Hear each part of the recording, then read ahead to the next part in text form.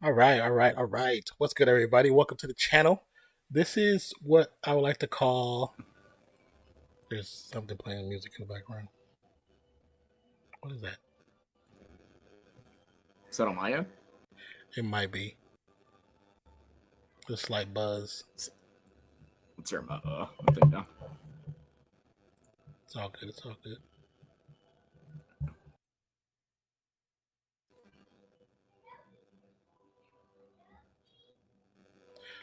Okay, doesn't matter. Anyway, Okay. welcome. Yeah, I was like, I don't know what this is. I don't know what it is, but it's all. But welcome to the channel. My name is Nonpfixion, and this is my co-host for today. This is Levels, aka Zach.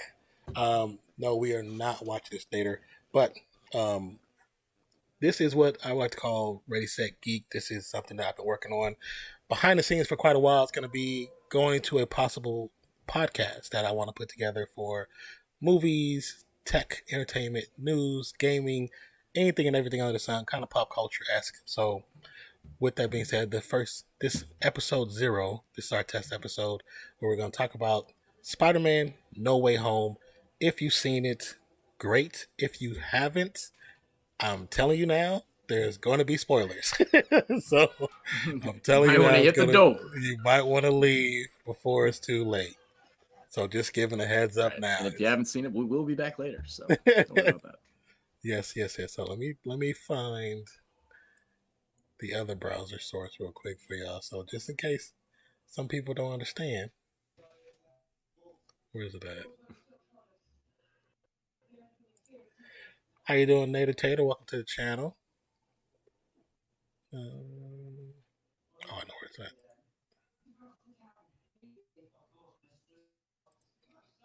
Anyways, while I look for that, we'll still talk about what's going on. And as we can see, Levels, aka Zach, is wearing a Spider-Man suit. Of course, got to. Okay, so I can't walk on walls with it though. Hey, that would be dope if you could. That would be dope if you could. It's quite slippery. Actually, I don't stick at all in this thing. Okay. So when did you get a chance to watch it? So I was able to go and see it on Friday night, so a couple days after the initial premiere. Okay. So upset I missed the initial showing, but that the was still the same. I was nervous about it at first. I wanted to make sure I went and it was getting that full feeling of those initial fans seeing it for the first time, which I still got. So I'm happy about that. Yeah, I got lucky because I live in a small city, so the theater wasn't full. Even when I went on the first day, it still wasn't full. People still showed up last minute and bought tickets for the first viewing, which was still pretty cool. This is the first time with me watching a Marvel movie where the crowd was actually into the movie. All the previous times, people liked it, enjoyed it, but it wasn't like there was no eruptions, no claps, no laughter. Like, it was just like quiet. And Really, yeah, and even with like Endgame, and like those movies, like the big boys, I saw it in a different city, and it was probably like it was in a theater with probably like 200 people. And probably like 20 of us was like really into it, like really, really into it. wow, Yeah, that's actually insane to me. Man, it was sad. It was sad. See, and I got the opposite end of that because Endgame was the first movie that I watched, the very first showing, and this is obviously pre-COVID, so it was like the like 1 a.m. showing, super late or whatever time it was, and it honestly made me feel and want to get more invested in the Marvel movies. I've always watched them. I was a fan. I've seen every single one. I rewatched them all before Endgame, but like after going and seeing that whole environment, like I went back and rewatched them again. Yeah, we're talking about a couple of days worth of movies that I watched again. Like it was amazing. I mean, I think the biggest reaction before we really get into Spider-Man, the biggest reaction that we seen was, the death scene of Spider-Man. That I think that in the crowd, that's the first time I've seen like grown men and women actually crying, like in the Marvel movie. That's the first time I really seen it, and I thought, I was like, because I teared up. I teared up myself. I'm not even gonna lie. I teared up myself. So now tell me this: did you feel uncomfortable when you did at first? Because I did. I was like, damn, am I really this emotionally connected to this stuff? Like, I mean, I know you've been a big fan of Marvel, like even before the movies into the comics. So where as for me, I was not, but like I was like, man, I am this emotionally invested. I'm invested in this, and like, yeah, I had tears too, and it kind of freaked me out. Not gonna lie. And I think that's what with as far as like what Marvel and Kevin Feige has done so well is like they got to the point where you're intertwined with these characters, and they're not just people on the screen that are playing characters that you grew up loving or liking, or you just found that you like and love now. That you've been with them for so long in this growth process that as them becoming who they're supposed to become in their mythos, that you feel for them. So when they go through things, you feel it, and when things happen, you feel it. Like Wanda when she had to pull the stone out of her own boo's head. Like you felt that was hard. Like who can do that? Yeah. You know what I'm saying? Like that's tough. That's tough. Well, the way that they create these character arcs, like in the movies, and have you relate to them all differently, and like everybody seems to have their own favorite because of like what their personality is, their powers, who they fight against, like how they react to real world situations, and then obviously like these big scenes where they're fighting the big guys. So whenever it comes to these like emotional scenes where they're having to, like you said with Wanda, or the scene with Hawkeye and Black Widow, it was super heartbreaking as well, because like you felt how, no, I want to die for you, but I want to die for you. Like it's great how they're able to do that. I mean, in that scene, I felt that because I knew we were going to get the post snap situation, so I felt that it was going to be Black Widow, even though I kind of hated it being Black Widow because I felt like she didn't really get a story. And when we, of course, we got the Black Widow movie, which I think was 6 years too late, but it still was a decent movie. I still enjoyed it. You know what I'm saying? But it should have been done a long time ago. But regardless, let's get into Spider-Man No Way Home. So it starts off with a black screen, and you just hear the Beck's video playing in the background. His faked video of Peter killing him, and then him revealing that, or him trying to him shooting Peter shooting him, or getting the bots to shoot him, and him revealing that Spider-Man is Peter Parker. And pretty much what we see in the trailer goes right into this movie. And the one thing I do enjoy about what they have done so far, the way they have been releasing trailers lately, is that these little bitty 1 minute trailers, they're giving you what feels like a lot, but when you go and watch the movie, they didn't give you anything. Like they kept so much under wraps that besides the one slip up, everything else you really did not know to see. Well, what do you consider slip? What's a slip up? The slip up of the oh, you're talking about Lizard? Oh yeah.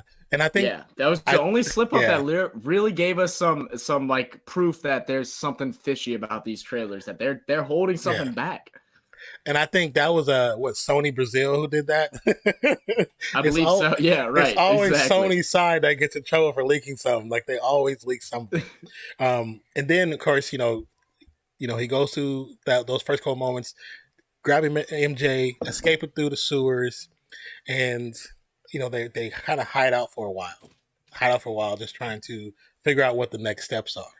And when we get into the next couple of scenes, it's the surprise that everyone wanted, but no one knew we were getting at that moment. Because when he's talking to his lawyer, and his lawyer turns out to be Matt Mother effing Murdock, was a great moment in that movie. Like, I was like, I've been waiting for him to come back to the show, or come back to MCU. It was such a great moment. Like, the crowd went bananas. Yeah, that one absolutely just caught me off guard. I mean, I knew, like, those who watch Hawkeye, we saw the day of or day previous, we see that Kingpin is involved. Yes. We've heard the rumors, or not even rumors anymore, of that the current Daredevil from the Netflix series is going to be placed in, and that they weren't going to read, which all of us were super ecstatic about. Super ecstatic. And then for him to come in within the first 5-10 minutes of the movie, first 5 minutes. No one was ready to be standing and getting up out of their seat for something like that. And what like it was like instantly it went from like, all right, I'm enjoying the movie, I'm like excited for the other possible people coming in. I got my popcorn, I got my cookie dough bites, I got my slushy, bro. Like I'm ready to go. I got my icy, cherry and Coke. That's the way you gotta mix it. And bro, I'm sitting back to I put the popcorn at the floor and up at the edge of my chair, and I was like, my girlfriend who I watched it with told me I had to sit back. She's like, you need to sit back, or like you're making me nervous. She's like, you're making me nervous. She's like, and then not to mention the amount of people that didn't, may not have watched the Daredevil series, that didn't know who that was, and everyone's like, what is going on? Why are y'all happy? And that's another thing, is like, these movies, they're created and put together for anybody to watch. But if you watch the other ensemble series, then things impact you just a little bit differently, because like with Matt Murdock, with Charlie, him playing that character, and he finally when everything ended with Netflix and the Disney deal, and we were wanting him to come over, then the rumors of him signing a deal, and the guy who plays Luke Cage possibly signing a deal, no news on the other two, I was kind of happy about, because I like those two the most. Now, for him to come into that movie in the first 5 minutes, and just the way he came into, like he was in there just sitting, and all of a sudden the brick comes to the window, he throws his hand up and catches the brick, you're like, yeah, that's Daredevil. And Spider-Man looks at him like, how'd you do that? You know what I'm saying? And what I thought was interesting was that, his Spidey sense did not trigger around Daredevil at all. Right. Yeah, that's something you and me talked about earlier. Yeah. Yeah. And it's weird because you'll see later on in the movie how strong his spider sense has gotten. Yeah, it's gotten and really the fact strong. that it didn't turn on there. Like he still, stuck the hand out like he was ready to catch it and stuff, but it wasn't like, I mean, that brick was coming at him. That brick was coming fast. It was coming fast. Even though I think Peter would have caught it, it was just interesting that Matt's reflexes are just that much faster than Peter's. Where he just not even looking, just put his hand up, or not even just real quick. I like that. If I'm ever like in a situation in my life where I need to get a lawyer, like I'm about to go to jail, I need to get a lawyer. my first is I'm gonna get some brick, and if he can't catch it, well, like he's not good enough lawyer, because he said, "How'd you do that?" I'm a great lawyer, Oh yeah, of course. So, like I said, that scene was pretty awesome. And then, of course, we go into the moments where right before that, which is I think kind of everybody was, kind of wanting just the whole Happy and Aunt May thing not to really be a thing, and I think that was fan service. I think so you were on that side. I loved Happy and Aunt May together, bro. I didn't mind, but I know a lot of people didn't like it. So I felt that that was a fan service thing. Like, okay, fans not really feeling this relationship thing. Okay, we got it, because they cut it loose so quick, and the way he did it was like, she was like, okay, it was fun while it lasted. It's not you. It's not you. It's me. You know what I'm saying? Like that's right. That's kind of how it felt, and it was just a funny scene. And with with Peter, when he's walking through the apartment trying to have them sit down so they could talk about everything, and MJ closing the door, and they're both kind of scatterbrained trying to figure out what to do next. In those moments, he felt like Peter Parker to me. Like he felt like just the overwhelmed nerdy kid who has all this power and so much responsibility at the same time, and doesn't know how to really handle everything that's coming to him at one single time. And he felt like it just felt natural, it felt real. You know what I'm saying? It just felt cool. I really enjoyed it. You know what I'm saying? No, for sure.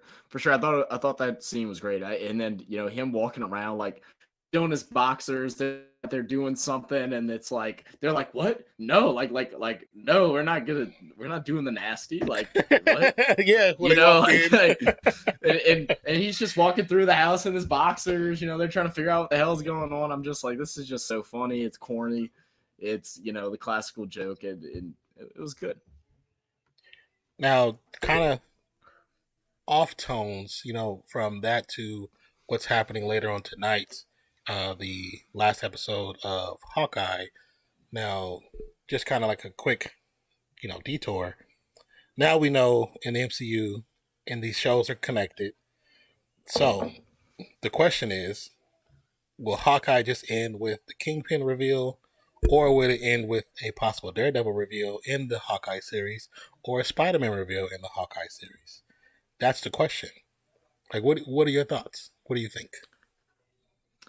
So, I mean, I've seen a lot of these, a lot of leaks that I've been watching lately, and how Spider-Man can be affiliated with this movie, showing how his new apartment is hashed right outside where they spot Kingpin.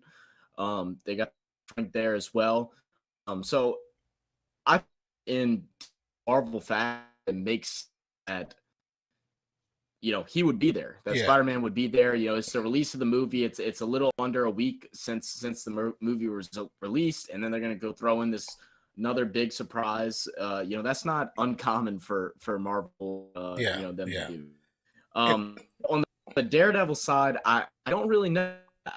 I'd be interested to see where Daredevil would fit in that, and I don't think for me, other than just being against Kingpin, I don't. That's the only thing I was thinking. Really it's a reference to Kingpin. Scene. Yeah, I was just thinking it's more so a reference to Kingpin more than anything, because Kingpin is one of his main enemies. So I just felt that because Kingpin is a Spider-Man enemy, and he's a Daredevil enemy. So it actually makes sense because they both actually fight him a lot in the comics. So it was just like one of those thoughts, like that could be that's interesting. That's interesting. And I'd be excited to see it. Like, I mean, I'd love to get another extra hype before the end of the year. Now, after that, it's the moments where now everyone knows where he lives.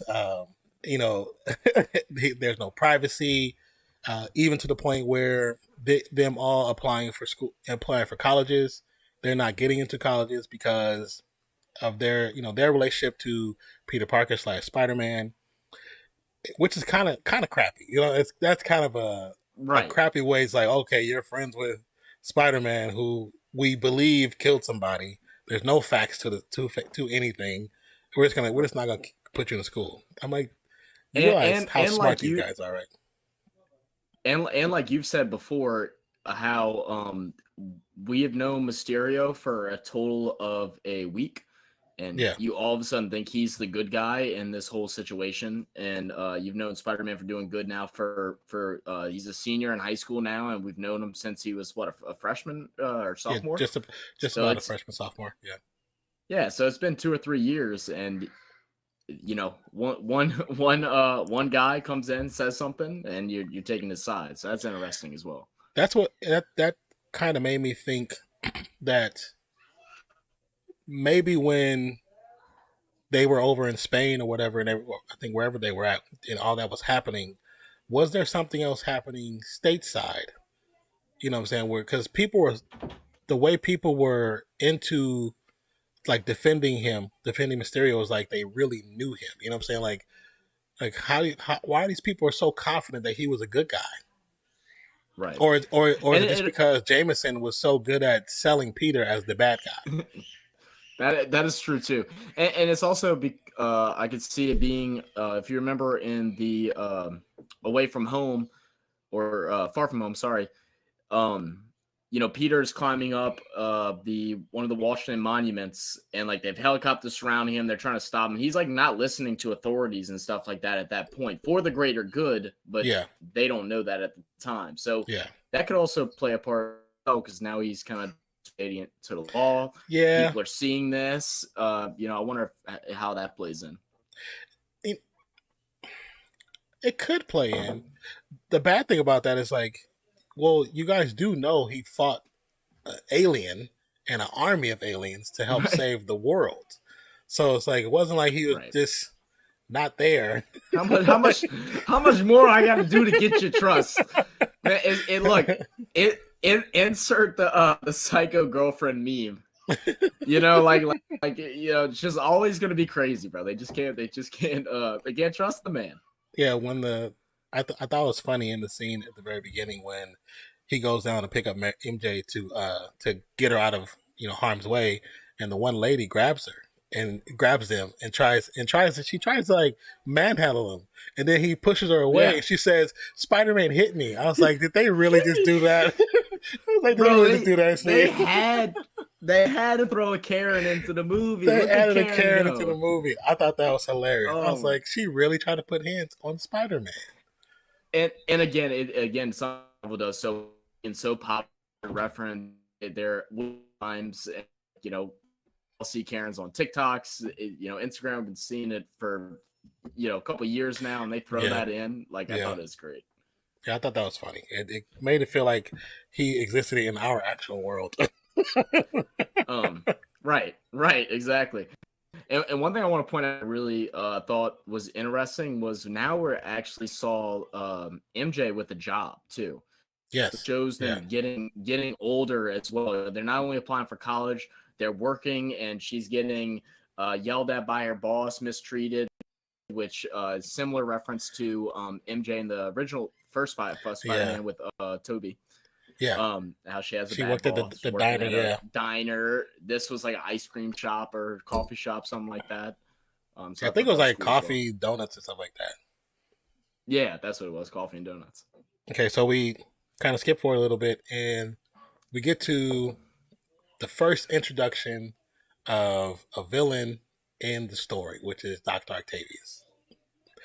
Now, when he comes in and the fight, like he automatically just thinks it's Peter, and Peter got new tech, which I thought was interesting. I was like, because all he knows is that you're in that suit, you're Spider-Man, you're my Spider-Man, and when the fight scene actually works out really well, and when the nano goes onto his tentacles and kind of takes over and allows Peter to take control, I really like that scene. Because his tech should be superior. Right. And again, it's something that Dr. Octavius was obviously aware of. He knew that nanotech was a thing. Was nanotech available back then in his universe? That we don't know. But what we do know is that he knew it was available. It was something that was real. But it wasn't strong enough. And a lot of people thought that, man, him taking his nanotech, is that showing like how strong he is? And and then just kind of bounce back in Spider-Man's favor. Yeah, I think when the nano kind of flipped over is possibly because of how his technology works, which is connected to his cerebral cortex, and so the nano is actually intertwined within your within your being. You know what I'm saying? So it's not like it's kind of very similar. Now I know when that first movie came out, not that first movie, that movie came out. In real world, nanotechnology was first really being talked about on a bigger scale. So I believe if that was the situation, then more than likely it existed in the comic in the movie as well. It just wasn't mainstream at that point. Right. And then let's also not jump past the part of like why Peter was up on that bridge in the first place, trying to be the good guy that he is, talking to the director or dean, whoever it was, to try and get Ned and MJ into the school, saying like, I don't care if you don't want me, but don't let it hurt them. And then she's like kind of like not really pessimistic about it, doesn't know. And then he ends up saving her, and then she's like, "No, y'all are all getting in. I'm gonna do whatever I can. Y'all are getting in. You're a hero. You're a hero." She realized that he's actually a hero, not this villain. She realized he's actually a hero and not a villain. And I think I like that scene. I like the scene. It felt genuine, like the way they did it, because and then how she became the Black Mother and started yelling at Octavius. I was actually cracking up when she did that. I was like, that's actually funny, because I feel like an older Black woman probably would actually do that. But I did skip over one small detail, and that's pretty much when when he wants to have the world forget, this him being Peter Parker being Spider-Man, he goes to Doctor Strange, and what we find out, which I forgot to say, that Doctor Strange is no longer Sorcerer Supreme. It's Wong. So, which was interesting. And that was something that I didn't yeah. know and didn't think about going in. That since he was gone for that long, his role got changed.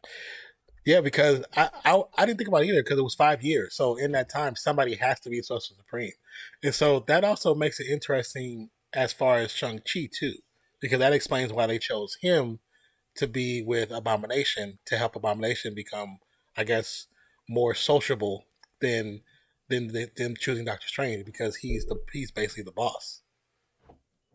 Right. Which I thought was interesting. And then also you see some of the joking between Wong and Doctor Strange too, with saying how Wong made a mistake. That's why they have this whole blizzard in the room, and and you can see Wong is kind of getting like he's had enough of Doctor Strange's attitude, kind of talking down at him, like talking a little bit of mess, and making fun of him when he makes little mistakes. And you could see Wong is just like, do what you want. Yeah. Whereas before they had they still had that little combative relationship, but they definitely were more on the friend side. And now it kind of seems like they're not even that friendly towards each other. I think they're still friendly. I think it's just because Strange is used to being in charge. Even when he was a doctor, he was in charge. And Strange is an ass. I mean, he's always been one, so that's nothing new. Right. Yeah. No, that's never changed. That was before powers. That's where he's an ass. He's an arrogant ass. That's his character. That's his personality. Yeah. So I thought that was interesting, because I didn't even think about that. And then when they said it, I was like, oh, wow, he would be. So someone would have to take that role. But it makes sense. It makes things interesting as now we're going towards Doctor Strange and the whole Madness situation. Like, it makes interesting, like, how that's going to pan out. Will that still be the same by the end of that movie? You know what I'm saying? Because of what they're going to come up against. Okay. Right. And is that role a role that can be switched to somebody? I believe so. Have to have a death, or I don't think it has to be a death. I mean, I think a person can relieve themselves of that position if they chose to hand it over to somebody they feel was more responsible, or because of life situations, they can just hand it over to the next most able person. You know what I'm saying? Like football, basketball. Mm-hmm. But I thought that was cool. I didn't, like I said, I didn't even think about that. It was cool that they actually brought that into the story and kind of revealed that, oh, he's not even Sorcerer Supreme anymore. I was like, oh yeah, he was gone for 5 years too. Yeah, that's crazy. There's a lot of things with and like we've seen a good bit of it in the Disney Plus series and stuff like that on like kind of this aftermath of the blip. Yeah, because during Endgame, we don't really hear about it. Like, I mean, we see the people are distraught, they're heartbroken, they can't figure out a way to get their lives back together. Kind of the whole way the world is ran changes. And then everyone comes back, and so, but you don't really get more than that. You just see that they came back and they start fighting. Movie ends, and now we're actually seeing some of the after effects that came from that, because that's a long time. That's what actually makes these Disney Plus shows. I wasn't allowed to drink 5 years ago. But that's what makes these Disney Plus shows actually really integral into the story, because the first time we see the real impact is during WandaVision, when what's her name? One of the lead females, when she wakes up from sitting at the side of the bed, and her mom, I'm gonna say Spectre, because that's her comic book character's name. When Spectre wakes up, and she's 5 years, from being dusted, she was at that chair waiting, and her mom was on her deathbed, and she wakes up to this chaos, because now there's a few extra 100 people now in the hospital going crazy, because everyone's like, what's going on? Where did you come from? The hospital's a mess. Yeah, right. No, that's true. So, that scene, of course, and then in Falcon and Winter Soldier, them having people going back to their homes and somebody's living in their homes like that was interesting. Overpopulation, and the whole reason for the villain in that story is because of what happened with the blip. Like that's the whole Right. backstory of that. So and And then then to Hawkeye get on a too. funnier right, and to get on a funnier side of it, I don't know if you've seen like some of the memes that are like, obviously whenever you came back from the blip, you come back in the area that you were disappeared from. Yeah. Man, what about those poor people that were riding a plane during that time? I always wondered about that. You know? Like, do you just Yeah. land? Do you just kind of, or You now? just appear in midair. Are you back on the plane? Is it like a traveling thing where you just hop in that car? Like, because I mean, that's part of like physics and stuff like that. I don't know. That's funny. I thought that was funny. I feel like the way they would write it is that they would be on the plane and not like in the Yes, air. yeah. I think Yeah, so. they wouldn't just have these thousands of people just die. Yeah, right. No, for sure. I think they would write it where like the planes were landed somewhere, like they weren't being used, and people would just be on the plane. I think that's what they would do, even though it's not. Really, that's not really what would happen because most of those planes would still be being used, unless they were being, right. investigated and trying to find out what happened. But I doubt that. You know what I'm saying? Because everybody knows that it was because of the snap. No, for sure. So just a little funny little thing to think about. but that is actually, I mean, that is funny, and I have seen some memes about that too. I just, that's actually pretty funny. So when we get back to it, Dr. Octavius is under the control of Peter Parker, and even to the point where he's not really, after he realizes that Tom is not Toby, he's actually like chill. Even though, I think it's also part of it is that the nano has stopped the chip that's a corrupted chip that causes him to be the bad version of himself. It tones that down. So he's more cognitive, he's docile, he's really cooperative. So him being that way I think works out for the film because it helps Tom understand what's really going on. Because when these villains start popping up, I think at one point he was thinking they were from the same universe, but then as you start to see Electro and Lizard and Sandman, he starts to realize, okay, these are all from different places. And then, of course, the man of the hour. Oh my God! What a performance by Dafoe. William Dafoe. Gosh. William Dafoe. Single-handedly, like if that movie wasn't great enough, he single-handedly made that movie so much better. Like, how do you come back? I mean, we're talking what, 15 years, something like that, maybe a little more. Maybe a little more, yeah. Maybe actually no. It's probably like 20. It's like 22, 23 yeah, close years. to 20. Yeah.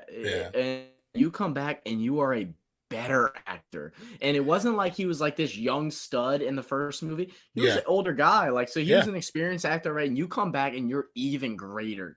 Like every him in it, I was just like I was smiling. Like I was giddy with it. I was like, I don't know if you've seen his interview. He did an interview and he said that when he was approached like 2 years ago about possibly coming back as the character, that he told them if he can't do his own stunts, he's not doing it. Right. So, in which I think worked out because in the combat scenes between him and Peter, if you would have seen the fake person, it would have took away from that whole thing. To see William Dafoe face. To see William Dafoe rock bottom Tom Holland through 4 floors. Right. That was a hell of a scene. Right. Yeah. He rock bottomed him through 4 floors of an apartment complex. Yeah, and then to go back to that too, we also seeing like the geekiness of like Ned like going into the Doctor Strange's home or whatever to the sanctuary, going down, and he's amazed by like a stack of crackers that are left on the table, like totally just ignoring this whole like cage jail dungeon that's going on. He's like, oh, he's got look at this, it's a fridge, wow. Yeah, when he sees the torture rack, and he's like, "This is a torture rack." He's just excited to see it. Right. Like MJ is like, "Why are you so happy to see this stuff?" But like I said, I know a lot of people. I would say a lot of people had their main qualms with the movie is that it starts off slow, and I think it does start off slow, but I think it actually has to develop to get to where we need to get to.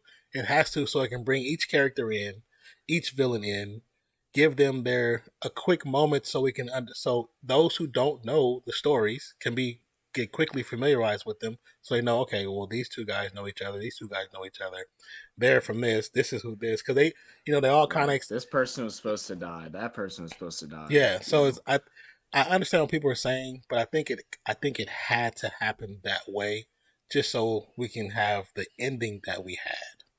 You know. Right. Um. Right. And I would say I mean, just looking at that thing, I wasn't really upset about how it started off slower. I mean, like, that's any movie. I mean, you have your Yeah. rise and runs, and then you got your major plot. Um, I was more upset that I was really hoping we were going to see some more swinging around New York, and Oh like I yeah, felt I heard like, I somebody say mean, that. other Yeah. than we had, we got to see JFK, but we only saw it for we didn't get to see the airport itself. We just saw the highway leading up to it. Mm-hmm. Uh, the airport. Yeah. We saw a couple things in the subway and stuff like that. But that was one thing that I was hoping we were going to see a little bit more of, because that's one thing I thought a lot of the movies lacked. And I don't know how they could have put it in or fit it, but I just wish I would have seen something more of that range. Even if you would have had to stretch out the initial fight with Green Goblin to Mm-hmm. be able to have that happen, to where he's having to fly around and leave away from before Doctor Strange, portals him in. I think that'd have been nice. Yeah. I mean, it could have. I think, who knows? Like, until we'll find out in a few months as far as deleted scenes. Maybe in a few weeks they'll probably release like one or two, just to keep the tease going, so people can go to the movie theaters. But I mean, I know we didn't get a lot of web slinging. We got, of course, we got it during the fight scene, the first initial fight scene with William Dafoe. Then we got it, of course, towards the end, the climax, and then at the actual very end, we got some actual Oh, so traditional really great. Spider-Man Yeah. style web swinging, which I really glad they finally did, because in his books, his is the only one you didn't get those type of endings, because you got it in all the other, you got it in Toby's, Mm-hmm. you got it in Garfield's, and I actually would say that Garfield's swinging mechanics and look was actually the best out of all of them so far. Oh, by far. Yeah. His looked the best. His looked the best. Yeah. But yeah, go ahead. Yeah, I was gonna say, like, to continue on. After they meet, they capture. Defoe fakes out Tom. Yeah, it makes Going him over think to it's a Aunt kid. Yeah, May's, and making him seem like he's a good guy now. He's in his normal self. Like, he doesn't know what's going on. He's confused, but the evil side of him, the Green Goblin side, is still there. And they get him all trapped, and now they're like decide to come up with this idea to create create some type of cure to yes, not kill him off. Correct? yes. To give him a second chance, basically. Like, Peter wants to give him a second chance.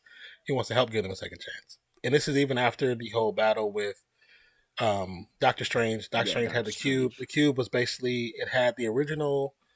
It had the original spell that was trapped in it, because when the spell went haywire, which caused the universes to collapse over, which kind of bled into the issue of the multiverse that we were already dealing with after WandaVision and Loki. So it just kind of compounded on top of those two situations and became worse.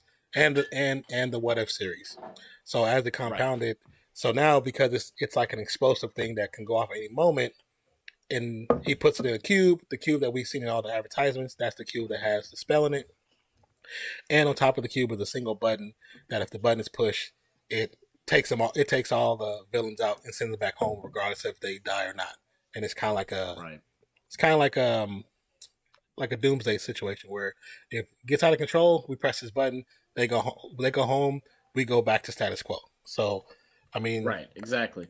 yeah. And yeah, and then, I mean, talk about that fight scene with Doctor Strange.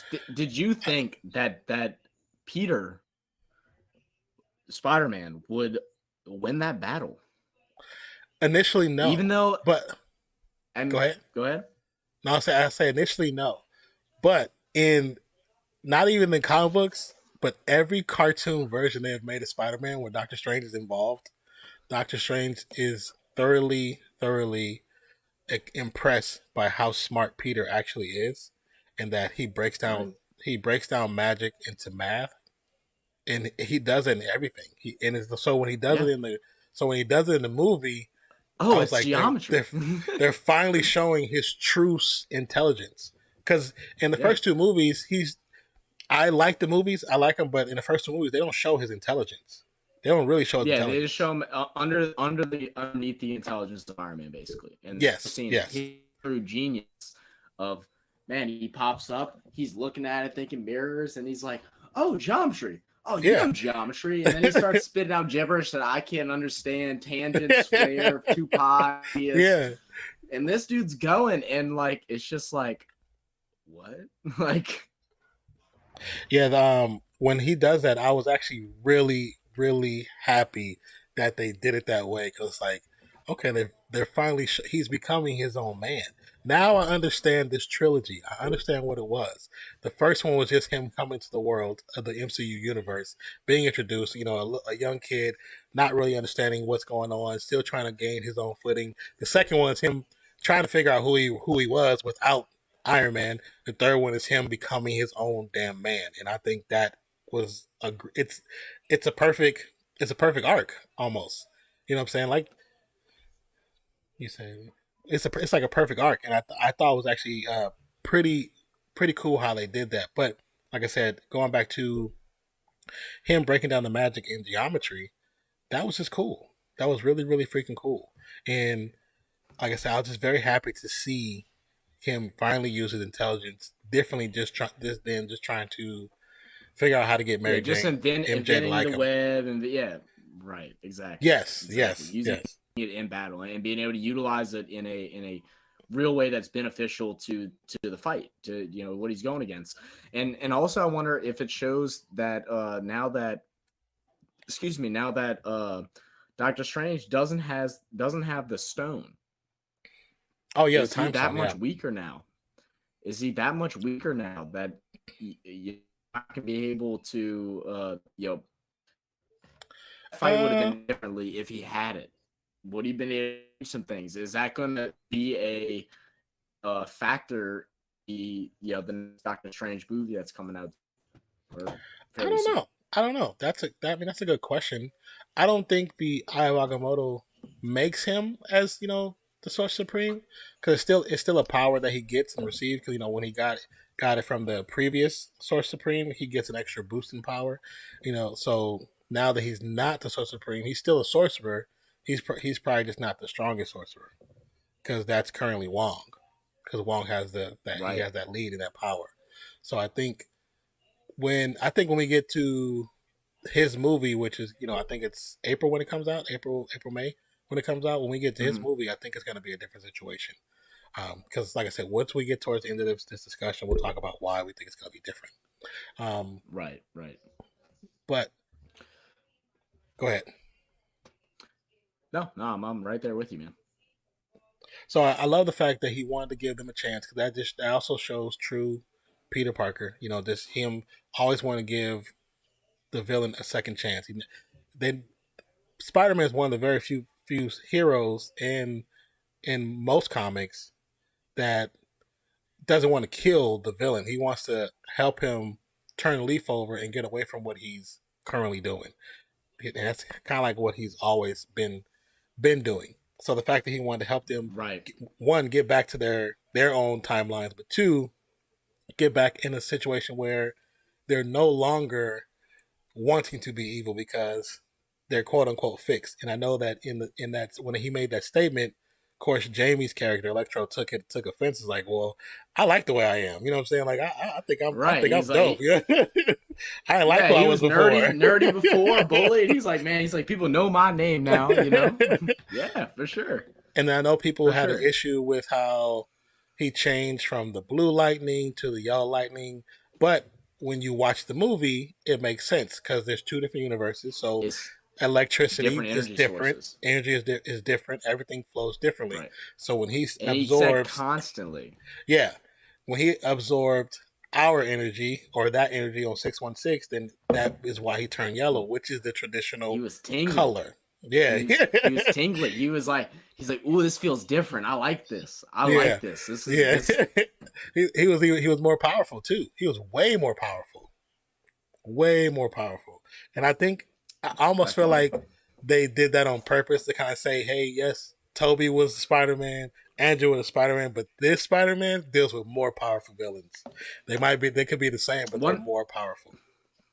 one thing, and like I might have just like overlooked it past all the other hype, but I was upset that we didn't get like a like true big scene showing him with his quote unquote mask of the electricity covering his face. Like I know it was there, but like I wish we would have had a scene that like Oh, directly like showed it that and really like showed it. emphasized Yeah, on it. we only Yeah, got we got it really quick. You know what I'm saying? But right, I think that's they just gave a nod to it, like as an Easter egg almost. Like, yeah, we're gonna give it to you, but we're not, right. because the story, We're not gonna make it a big deal. as you go through and watch the story, it's not really about him, and it's not really about Sandman. It's really about Right. Octavius, and it's really about Defoe's character. Those are the two main villains in the whole story, and it's cool because their characters are actually even as villains, they're still polar opposites the way they want to go about doing things. Right. And then you'll see because like uh Goblin and Doc Ock, they mutual respect each other, but also Yeah, Doc Ock was like, oh yeah, well you're a crazy lunatic, and like some rebuttal toward Doc Ock as well, and how they went and do things. So like it shows like they have respect. They know they're respectable scientists. That like Doc Ock knows whenever he came to, whenever they were able to fix his the chip that broke, yeah, that he's like, this dude's crazy. He's a lunatic. yeah. Like and then one thing that like still blew my mind that they really didn't get much explanation. Why was Lizard just able to sit back in this van that is not secured and is just sitting there like, oh yeah, chill here. Like they're not gonna bring him up. They're just gonna let him sit at the bottom. I, You I know. think that was just more so because Lizard was chilling. Like he wasn't gonna move until Defoe moved. Right. You know what I'm saying? Like he And Lizard, you'll notice he was very quiet throughout a lot of the movie. Like there wasn't a lot of time where he talked. He said a couple things here and yeah there. But he really just was kind of one of those like low key kind of guys, sat back, let everybody else do their things. Whereas, in his movie, yeah obviously major, but he's running his mouth, very vocal about his yeah feelings, what he wants to express. yeah. And we didn't really see that like the fight. He's coming in and laying down the hammer. Now I wonder if in this movie the reason being is that maybe he didn't want to be changed. Maybe he wanted to be changed back because Right. he wanted to go back, but he didn't want to be a villain when he Yeah, goes he want back. You know, so that right. that could be why he was like, let me just sit back and see how this works out. If Peter is able to do it, then I'm cool with it. But if not, then we about to go to town. Because Right. when everything went And haywire, that's what happened. and then one thing I also saw is a lot of people were complaining how like we didn't actually get the actors for Lizard and Sandman. And what I read up on was that it was because of scheduling issues, and that's why. But they still wanted to be a part, and that's why they did voiceovers. That's Yeah, why we they didn't get did. to see Yeah, Sandman in his human form. And then same with Lizard. yeah. We only got that one scene at the very end, and I honestly think that scene was actually from the other Spider Man. I think that was a CGI from another Spider Yeah, Man. familiar. It looked Yeah, familiar. it looked familiar. It looked like from the trailer. To be honest with you, it looked like it one of the Right. scenes from the trailer. And then Lizard, they only needed a quick close up, and that's from the movie too, I believe. I think it's from the original movie. Yeah, it was. But I think the way everything Oh, works out with them not being the main characters, it was okay. You know what I'm saying? Because it's not saying we didn't need them, because they still played a role in the development of everything that was going on, but they weren't the main, the main storyline. yeah, yeah. And And then Lizard still got his yeah. fight time, so he still was there fighting. Oh yeah. He was still active. He was definitely involved still. Yeah. Um, And then, all this leads into the most tragic scene. Almost, I'd say, man, like I felt like it was almost more. I wouldn't say more tragic than Iron Man, but it was damn near close. Man, they so at this point, what he's referring to, if you haven't seen it, once again, if you look above, spoiler warning.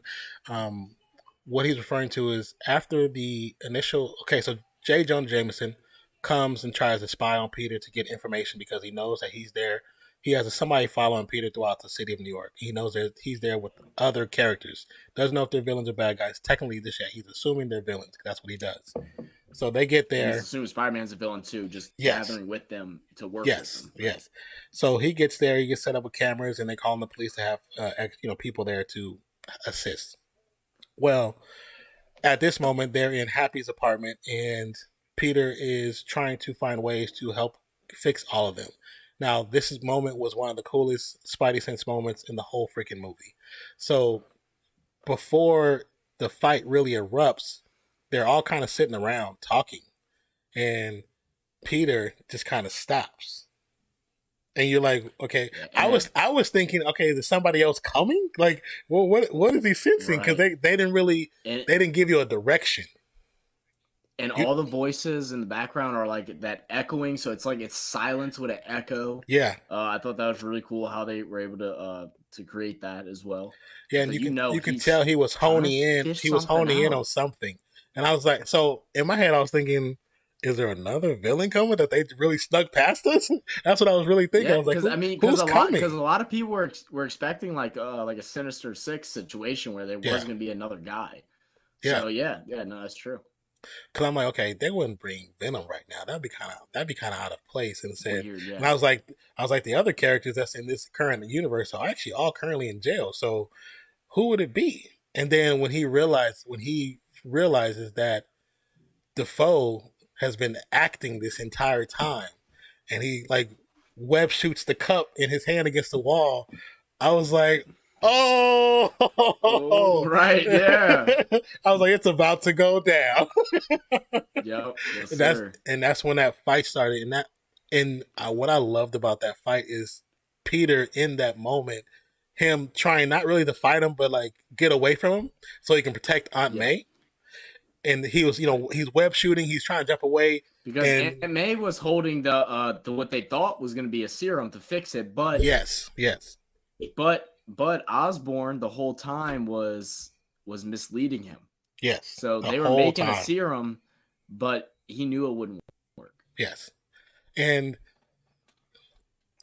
if you've ever played any of the Spider-Man video games, especially the most recent one, the way he was fighting Osborn and the way he was using his webs and like kind of webbing him to his knee and doing the little punches, it's exactly the same freaking fight movements from the PS4 game. Like, and I was like, they really got the fight moves from the game in here. Like, it was that's so great. Hey, I love that. I was like, that's pretty dope. So that's awesome.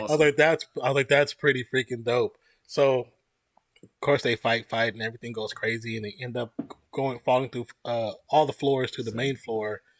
And at this moment, you see Aunt May's downstairs. She falls down with them. She's down there. It's Peter.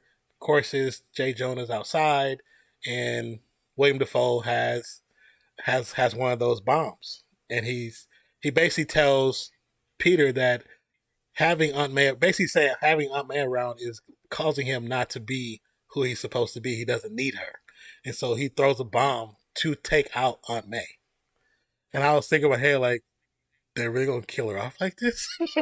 Like, no, not like this. Right. Not like this. And she's trying to run. Peter jumps towards it. That's what you see in the trailer. So everything you see in the trailer kind of happens. Most of the stuff you've seen in one of the first trailers happens in just this moment. When you see Happy pull up in the car, it happens after this moment. It's all in this actual general moment. That makes me think even more. They really didn't show you nothing in the trailer. Damn. The bomb goes off. The most famous Spider-Man line. The bomb goes off, and stuff happens. It goes crazy, and Peter and May kind of help fight off, the foe. And after he kind of disappears into the night, she kind of falls down. And And remember, like, Defoe wants to kill Spider-Man, but he doesn't want to just kill him. He wants to make his life miserable. he wants to make him suffer because he felt like that's what he made him do. Right. So before she like really gets to that moment, you know, Peter's crying. He's like, I don't know if I can do this. I can't do this alone. And that's when everybody in the theater, I think, was thinking, okay, when is Garfield coming? When is Toby coming? Because we like, somebody's got to help. Yeah. Oh, Somebody's got to help. Here. Yeah, this was around the moment where everybody's like, somebody's got to help. What's going on? And alternate to this scene is when we go and see MJ and Ned, who have run off with the cube to protect the cube so Doctor Strange doesn't get it. And so one thing we missed was before kind of all this happened, well, the reason why they actually got away from Doctor Strange is in that world that Levels was talking about, Peter used math to trap Strange in his own creation in the mirror world, in which is that other whole reality. So Ned has Doctor Strange's magical ring, which helps him request portals and do portals to different locations. They have the ring, and they also have the cube, which is used to capture the villains, and also it can be used to kill the villains. So fast forward back to where we're currently at. They give us our Uncle Ben moment. They give us Uncle Ben moment, and she tells him basically, with great power comes great responsibility, and she faints instantly right afterwards. She falls down, right, and like we get this moment where the Peter Parker who died is back, and he's acting his ass off again. And I'm like, right. Oh my god! Like they really did it. And I looked around, and people was just balling. Yeah. Oh yeah. People was balling. My girlfriend was on my girlfriend was on my shoulder, tears rolling. So and I think this like a lot of fans like like the original origin story of being Uncle Ben who says it and like those things, and like this was different Spider-Man than what we've seen before, but this was the moment that I felt like this became Tom Holland becoming the Spider-Man that everybody wants him to be. Yes. And this was the moment that like I had like I said, tears as well, but like also a big smile because I was like we're actually gonna see what everybody has been is to see him be Spider-Man. Yeah. And not the Iron Spider, underneath Iron Man's shadow. No, we're seeing his origin story just coming a little bit later. That's going to create and set up these next 3 movies that we've already been promised in this moment right here. Yeah, and it's one single secular moment. Like it was such a good moment. It was such a good moment, and when she finally closed her eyes, and he's like, "Just open your eyes and talk to me. Just talk to me. Just talk to me." And I was like. Oh. I was sitting there like, I'm not crying. You crying? I'm not crying. Yeah, right. Who got the onions? Who got the onions? Who cutting onions right now, man? I'm hungry too. Oh, like that scene, and then of course we flip from that scene back to Ned and MJ, and Ned is like they're worried about Peter, and Ned says, I wish he goes the finger motion. He's like, I wish we had Peter, and the portal kind of slightly opens, and he goes, she was like, try it again. He's like, I wish we had Peter, and it opens all the way, and you see at the end of you see an alleyway, and at the end of the alleyway you see a figure in a Spidey suit, and because I know that suit, I was like, that's Garfield. Immediately the crowd goes bananas. Yes. The crowd goes bananas, and I was like, that's Garfield. Grandma freaking out, throwing shit at him. The skins. Because he walks through the portal, takes his mask off, and the crowd goes nuts. And it's like it's like one of the coolest feelings that I've really felt in the movie theater since Captain America picked up Mjolnir. Like that was such a dope moment. Right. And it's one of those things that like I try to explain it to my cousin who's not a big superhero guy. He's not all into this kind of stuff. And I try to explain to him, like, I get it sounds corny and stuff like that. But this has been a development of, like we said, 20 years Man. of movies that somehow has been able to bring like, and I'm not, and like I said, I'm not the comic guy. I was all into the movies. Yeah. But, like, just brings that like rush of just happiness. So, like, man, we're seeing this on the big screen of all these generations. Because you're talking about whenever Tobey Maguire came out. I mean, I'm in middle school. Bro, I'm like 12. I'm like 12, 10 years old, something like. I might have been what was younger the first than one? 96, 95, 96, 97? I'm not sure. I'd have to look it up. Yeah, look it up. But and so of course, look it up. at that moment, while he's looking it up, at that moment, Garfield comes in and it's the eruption, elation. Everybody's happy. Was the first one 2000? 2002.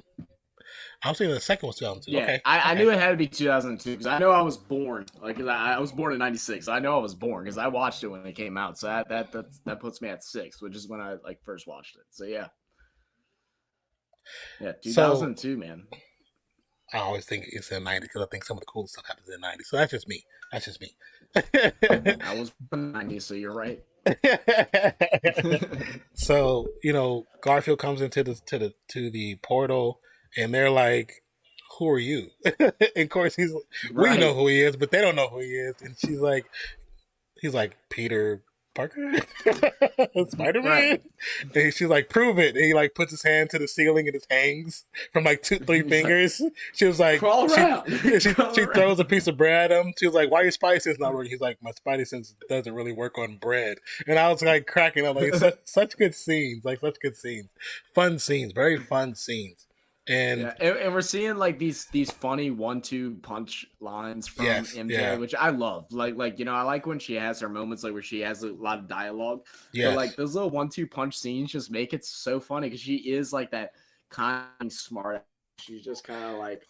I think if I think if you didn't like her in the beginning, you loved her in this.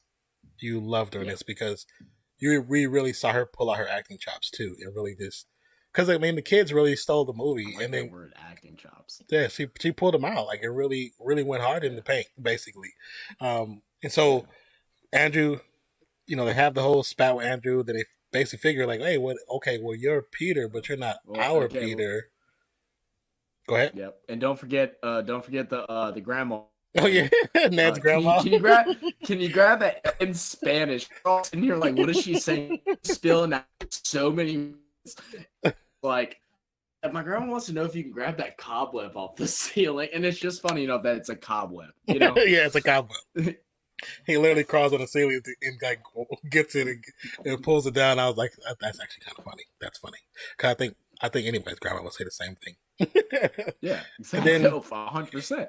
And he was like, I've been here. He's like, I've been here for a couple of days, but I seen, they both, of course. He obviously seen the news and see what's going on, so he was actually trying to find Peter. He was trying to find Tom, but he couldn't find Tom. So he's like, "So what did you do? How'd you get me here?" He said, I did the little spell." So he said, "Try it again." So he does it again, and it kind of works on the first try. And as soon as he does it, who walks in but Tobey Maguire? My guy. And the crowd goes crazy. Clothes. Yeah, he's got a little beard. He's older because we're seeing his time, and it plays true. And I love how they made them both older. Yeah, it wasn't like they came and like they did CGI to make them look younger. No, like this is like what their current age would be in this time. So like I thought that was really, really cool as well. Yeah, I thought that was really cool, and I wanted Tobey to be older. I wanted Tobey to be the Tobey who's been through hell and back at this point. Yeah. He's the one. He's really been through. He's been through all the stuff that Tom hasn't went through just yet. You know what I'm saying? And right. Garfield is kind of halfway at that point. And Garfield's version has had it the roughest because he's lost his best friend / girlfriend. So they come in and they immediately look at each other and start quick sparring with spiderwebs. And I was like, why are we fighting? Yeah, right. I was trying to figure it out too. I was like, why is this? Are they just testing each other's skill? Like, are you for real, guy? Like, I was like, here comes the comical side of Marvel that I like. I've honestly love, and I think is one thing that has separated me as far as the movies go with DC and Marvel is the grandma coming in again. Like, you have no business being down there in the first place. I know it's your house, so maybe I'm wrong, but come in and be like, yeah, I need y'all to pick up all that too. Like, y'all ain't gonna leave like that this shit. Y'all ain't that. leaving that mess here. Y'all better clean up after your mess before you leave my house. And you know, that's exactly how a Spanish woman is too. I look, I call them family. They call me family. It's my Spanish family.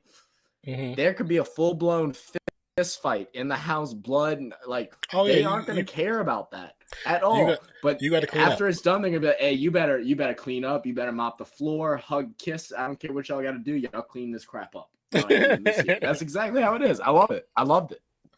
And then, of course, he was trying to look for Tom as well. He couldn't find him, but he knew who Tom was. He just didn't know where to find him.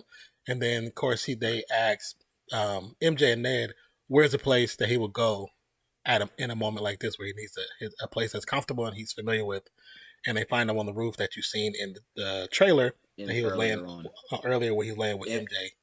And this is probably like one of the best scenes in the movie for me. Yeah. Okay. You know what I'm saying? Like, it's just when they show up and they're hugging him, and we know, okay, he's lost Aunt May, he's lost Iron Man. Like, he has nobody that it's really. I mean, even though he has MJ and he has Ned, it's him by himself. And it's just in a moment where he's at his most alone moment ever. And of course, his friends are there, and they say, we have somebody here we want you to meet. And the camera pans up to the top of the bell tower, and you see both of them just kind of hanging on. And I was like, I love that. That shot was cool. I was like, that's a dope shot. That shot was sick. Yeah, Garfield is kind of hanging off. We're seeing both of them in the costume for the first time together. Because first we just saw Garfield in the Spidey suit, and Toby was in day clothes, and we're seeing it off the side, and it's like that dark way you can just barely make out their figure, a couple of the colors, and it was like it kind of gave you the feeling of like, man, this is really happening right now. Yeah, this is really freaking happening. You had the initial excitement of them coming through the portal. And then now you see this, and you're like, "This is really happening!" Like, oh my god, we really have all three of them. And then, when I think my spice is going off, bro. I got when they try to talk to Tom, and Tom he's in a place where he don't want to talk. He wants to murder. Right. He wants to murder somebody. He freaking because he cuts off. If you notice, he cuts off Garfield when Garfield's talking about losing his MJ, basically his version. Even though it's Gwen, he losing his MJ. He cuts him off, and I kind of felt like that was kind of messed up. But I understand why Tom did it. But it's kind of messed up. He didn't even get his moment to express how he, what happened, how he felt. But okay, so then Toby starts to express how he felt and what he went through dealing with Uncle Ben, and Andrew talks about what he went through going with Uncle Ben, and they all say, because Tom starts to say, yeah, her last thing she said to me was, with great power, and they both say, comes great responsibility. And he was like, how'd you know? And I was like, because it happens in all your universes. That's the moment when y'all all become Spider-Man. That's the moment. Yeah, and it brought them all together right there at that moment too, and the fact that it just happened, and it's like hats off to Marvel for dealing with the criticism that they've gotten, and to come add that scene and then add it again as if they've been planned to be done like this. Yeah. And it happened 5 minutes ago in the movie time, but real time, maybe seconds. That yeah. And of course, after that, they want to figure out how to fix everything. They want to figure out. So then we see all three Spider-Men in scientist robes or gowns, trying to figure out how to fix everybody. And you see Tom expressing that he wants to kill the foe. And Toby is like, but we're gonna save him, right? Like he's making sure he says it. We're going to save him, even him, because that's what we do. And I was like, Right. so in that moment, even though Toby is Peter, Toby was like big brother for a second. Like that's what we do. We don't kill. Right. Shows him his older self. Yes. Yeah. His experienced older self. Having regrets, even though he's not the one, even though he didn't technically kill Defoe. Yeah. These are still regrets and burdens that weigh on him, that add weight. Yeah. Yeah. And that's real in anything other than just these movies. Like, I mean, that's real as far as like people that are fighting wars and stuff like that. Every death weighs on you. And so he doesn't want him to feel that weight, that strain, because it's going to weigh. Well, that's what also makes that scene interesting, because Garfield expresses that he went through that dark phase after Gwen. And of course, we never got that movie. Right. So let's segue for a quick second on that note. I'm not sure what you've seen, but of course, the rumor is that there's so much adulation in the internet for Garfield that there's possibly he's going to get an Amazing Spider-Man 3. I'm invested. So I'm invested, man. I think if they show him go dark, if they show a dark Spider-Man with him because of what he said in the beginning, it's like a dark Spider-Man. At the end, he's back to his normal self. I was like, that could be dope. That could be really dope. Yeah, I think he would do it. Of course, excited about that. Oh yeah, I'd be super excited. Garfield would take anything he can take at this point. No, I think it'd be great because I mean, like we talked before, and like everyone had arguments over who's the best man, and we've talked about before on stream how we both agree Toby is the best Peter Parker, and then you have Garfield, who his just is charisma and his things like that. Yes. A great Spider-Man, and Tom Holland's been kind of that in between that's been really good at both. Yeah, he's really good at both. I'd love to see it again. And I think especially after this new deal comes out and we learned they're going to do 3 more movies, people are going to really like it even more, because I know people were like, "Oh, he's not Spider-Man," and the reason why they say that is because we got the true high school Spider-Man. This is the kid who just got his powers 6 months ago. Even though it's been 5 years, it's really been 6 months for him. You know what I'm saying? Like he got his powers, then he was blipped. So because of that, it's really in his essence, in his body, it's only been 6 months. Regardless of how long they've been gone. So him only having his powers that long, he's still learning and adjusting. Hell, he just barely figured out how to use his Spidey sense in the right manner. You know what I'm saying? And true. We skipped the one scene where his Spidey sense kicked in overdrive when he was fighting Doctor Strange. Yeah. When Doctor Strange pushed him out of his body, his freaking spider sense did not let Doctor Strange get the cube. It just kept moving the cube around. And it was moving so fast, and he was like, Doctor Strange was saying, "How are you doing this?" And I'm like, "That's his Spidey sense." Never seen it before. Yeah, I'm like, that's his Spidey. His Spidey sense, no matter what, always tries to save him. It would always try to save him. And I didn't realize that that's what that was until you pointed it out, and I was like, "Oh my god!" I was like, "How did I not realize that his spider sense is what was causing that? It is natural reaction, because his spider sense is supposed to be like breathing. It's just natural instincts." Yes, it's not something he says, "Okay, I'm going to control it." It's just something. It's subconscious. He does it no matter what. And even when he was. Even when he was in that spiritual form, he was like, "Oh, this is fun. This is cool," which is kind of like what you would expect the Spider-Man to do, because he knows that his body is going to protect him, because he knows what the spider sense is. He knows it's going to protect him. He knows that he's going to be fine, no matter what Doctor Strange is going to do. He can't really harm Peter unless he puts him in some kind of crazy realm. But if Peter hones into his senses, he can figure his way out, because he's that skilled. He just doesn't realize how skilled he really is, because he hasn't really had to use his real abilities until he met Mysterio. That's the first time he really used his spider sense to a degree where he had to depend on it. Right. Exactly. And then that scene with Strange was the second time where he had to really depend on it, because we know his spider sense is real, and in the character we know his healing factor is real. That's like when we get to the end, you'll see why. But his healing factor is real.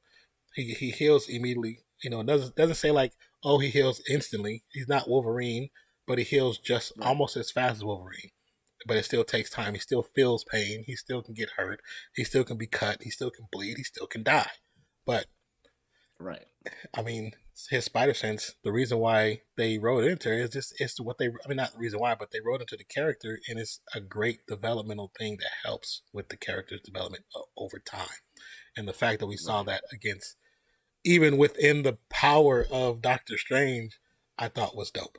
I was like, I'm glad they Yeah. did that. I'm glad they did that. Yeah. And then so to move forward, you know, they're talking on the roof in Peter's go away spot, and then from there, where did we go? That's when we go to them figuring out how to cure everybody, and that's what the conversation between Toby and Tom saying, you know, that they're going to cure the foe as well, even though we know in back of Tom's head, Tom's like, I'm going to kill this dude. I'm gonna let Right. you think that we're gonna cure him, but before we cure him, I'm going to kill him. And I also thought I thought it was really interesting that even after Defoe dies, the Green Goblin dies Mhm. in Toby's movie, that he had been working on a form to fix Yeah, it. he was And working he on something said, to even kill himself, like kind of even himself out where he can control it, but still have all the gifts and abilities that he would have. He wouldn't be that right, crazy person.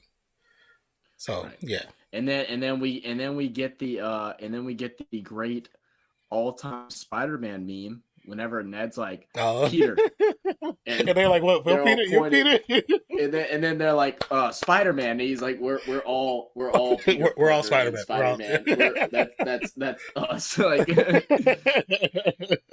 Yeah, they that really was did that. great.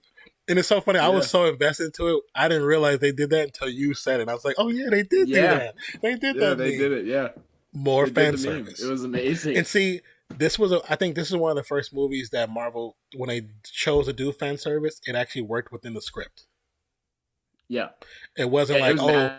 yeah, it was natural. It worked within the script. It wasn't something that we just said, oh, that's fan service. Because I didn't even really catch on to it until afterwards when you pointed out. I was like, damn, that was that scene. They really gave it to Yeah, us. They that was it. they gave it to us.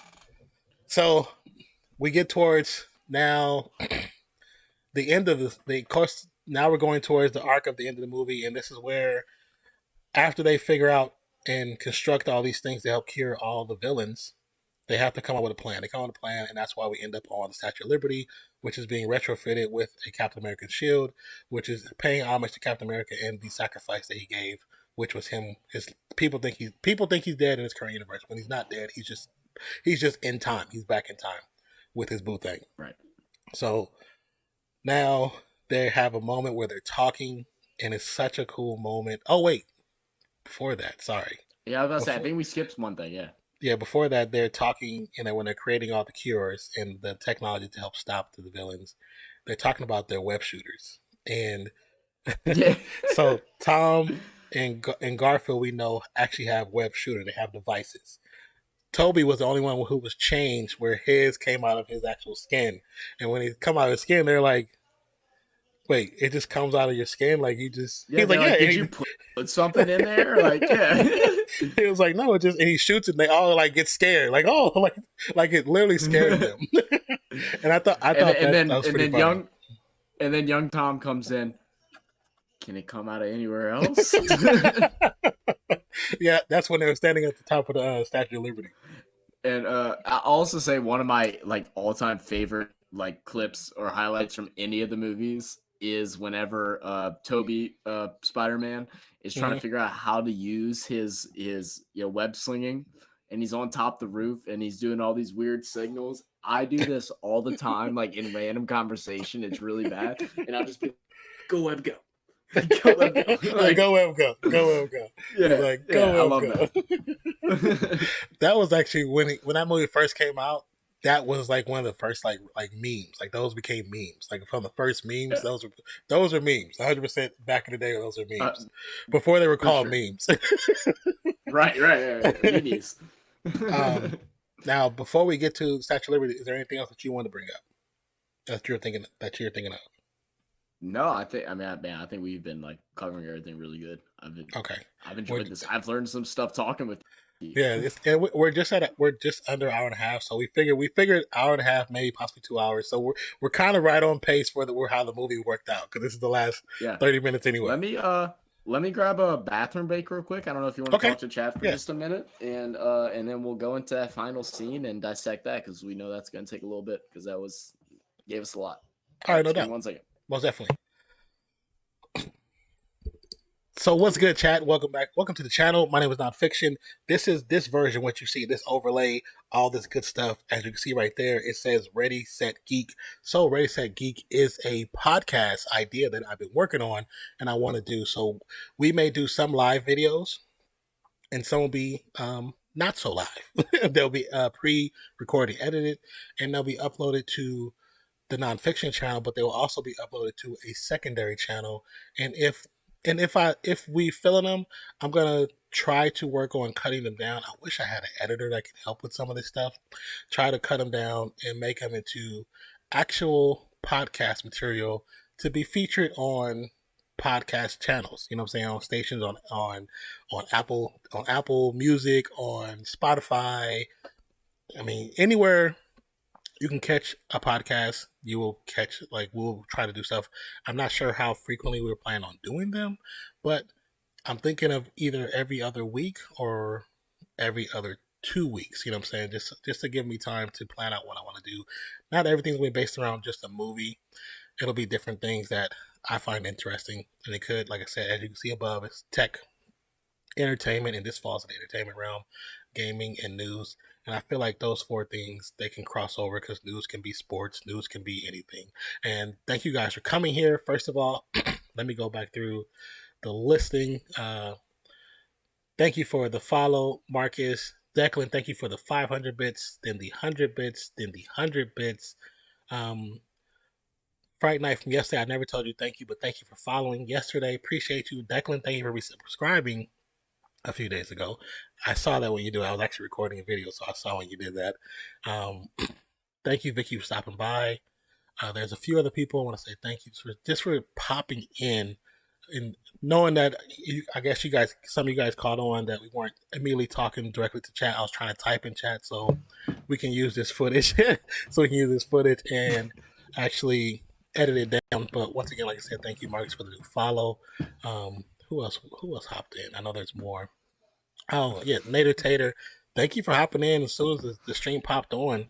I appreciate you, and I know he was talking about some sports, and we weren't talking about sports. So, and then referring to his question, "What's your dream job?" My dream job is actually having my own business. I want to have my own business. I want to start something that's mine. That's only that I can build. And as far as what business this is, I'm still trying to figure out everything. There's multiple things I want to do. I have an idea that I'm working on for a comic book and a book, but I'm also creating stuff for a t-shirt company, t-shirt line. So there's multiple things that I want to do, and I'm just looking to create an LLC. And under the LLC, I can have multiple organizations, basically. Levels, what will be your dream job? My dream job is what I'm currently working towards. Pimping?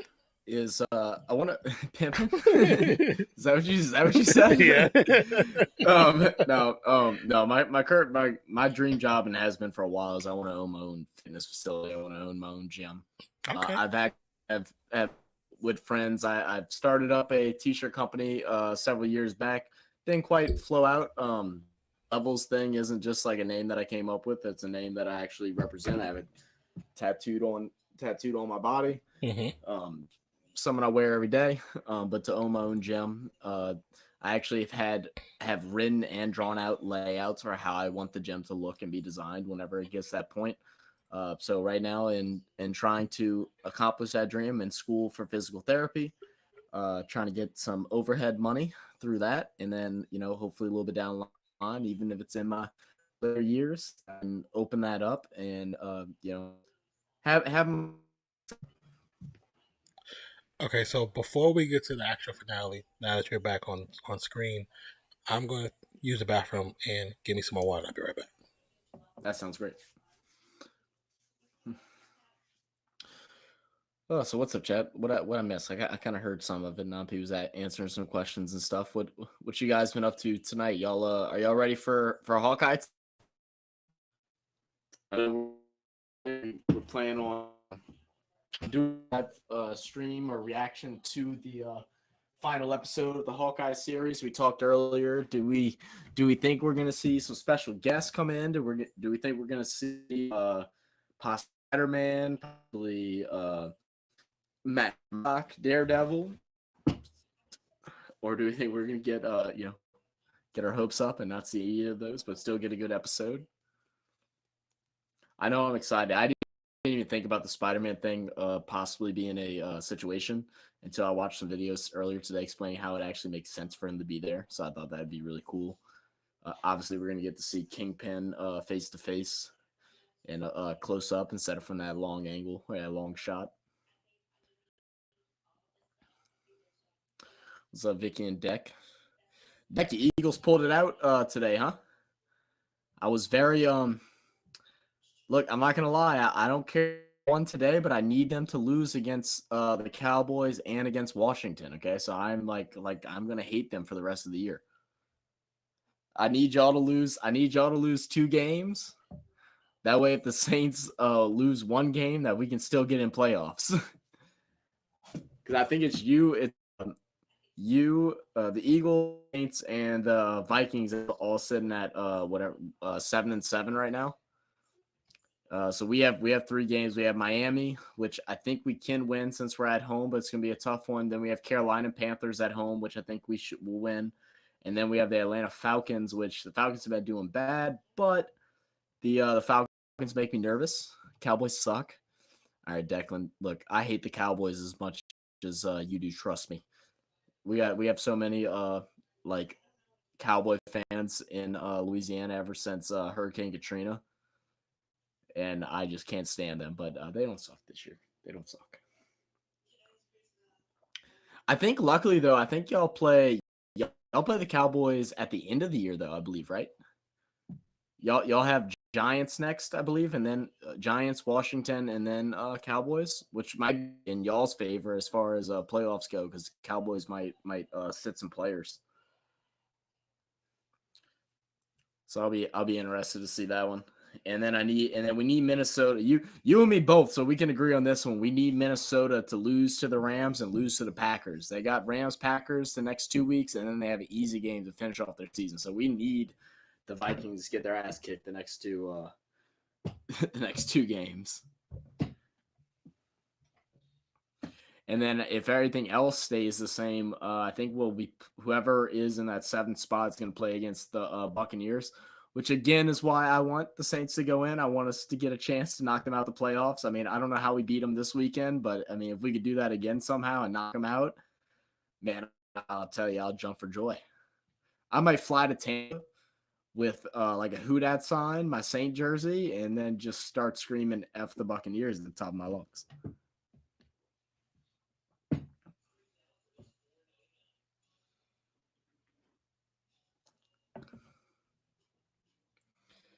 Vicky, how you doing? I know you said you finished up finals. Are you finally like de-stressed and relaxed and stuff like that?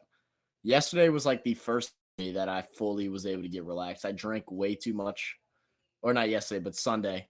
Drank way too much on Sunday. It was a bad look. I think I almost finished the case, but Saints won. I was finally able to relax, sleep in. Oh my god, I loved it. He said Saints won. Oh, also congratulations, Declan, the Eagles game. Yeah, that's what we were just talking about. I was telling him that I'm his I'm happy he won today, but I'm rooting for him to lose against the Cowboys and against the Redskins in 2 weeks. Shit, the way their defense is playing, they might actually walk away 2 W's. To be honest. I mean, to be fair though, the Washington was out their quarterback, whatever that means. I mean, it's Heineke, but yeah. But I mean, Heineke, he's actually pretty good. He's not bad. No. I mean, look, Declan, Ron Rivera, beat cancer. Okay, I think he could beat the Eagles in 2 weeks. That's too funny. Something else I wanted to say. I feel like I had a sneeze, so I'm trying to get the sneeze to come out. Fly Eagles fly, Dick. Oh, that was a good one. Glad I know you can hear, but I muted the mic, so stream can hear. That was good. Oh, all right. Yeah, sorry for the crying baby. I hope I'm muted. I tried muting as much as I could. Oh, you're we fine. had a You're little fine. bit of it in the earlier. All right, cool. It's all good. No worries, man. All right, man. So we're going into the last scene, I believe, right? Yeah. And before we do that, I just want to anyone that I might have missed when I was saying, hello and thank you for coming to the stream. If you're still here and you're lurking, thank you for being here. I truly appreciate you. So appreciate you so much. Thank you guys. And we'll message back in the stream. We're not gonna acknowledge right off bat because I might want to use this footage for creating a podcast for the Ready Set Geek podcast or YouTube channel. So that I'm working on as well. Anyways, okay. All right, great. So at this point, we're coming back to, after our short break, come back to what's pretty much the climax of the entire movie. The very ending where we have all three Spider-Man after they come with their plan and the devices to help stop and cure the villains. They're at the Statue of Liberty, where it has, like I said earlier, a shield that's being attached to it. So I guess I'm assuming it's no longer going to be the flame; it's going to be the shield instead of the flame, in honor of Captain America for what they believe he gave his life. People currently in the MCU believe he's dead, when he's not dead. In actuality, he's just in time. He's in a different time. He's just nice and elderly right now. Yeah, he's nice and elderly, which I think, if we go on that really quick, I think he's gonna actually end up coming back, just because we're gonna need him back for one or two movies. Oh, you think so? Okay, yeah, I think so. Okay, all right. We'll I think, talk. I think we're gonna get about that. So okay, we'll have to get on that one because I'm like, all right, I'm game for that. I think we're gonna get a young Chris Evans back again. So they get to the Statue of Liberty, and while they're at Statue of Liberty, Tom Holland does a live stream to Jameson, basically, because he knows that Jameson can get his face out there as quick as possible. Tells him that about the villains, if they're looking for the cube, if they want to find it, he tells where he's at, and to come find him there. And that's pretty much the whole plan, to get everybody to come there so they can cure him, and they keep everybody far away from civilization, because it's on an island kind of far away enough where if anything happens, it's kind of contained in one single place, which is actually smart. Very smart. And while they're waiting, that's where they have the moment where they're talking to Toby about his webs, and Garfield's like, it doesn't come from anywhere else. It's like right. And Toby's like, no, just my wrist.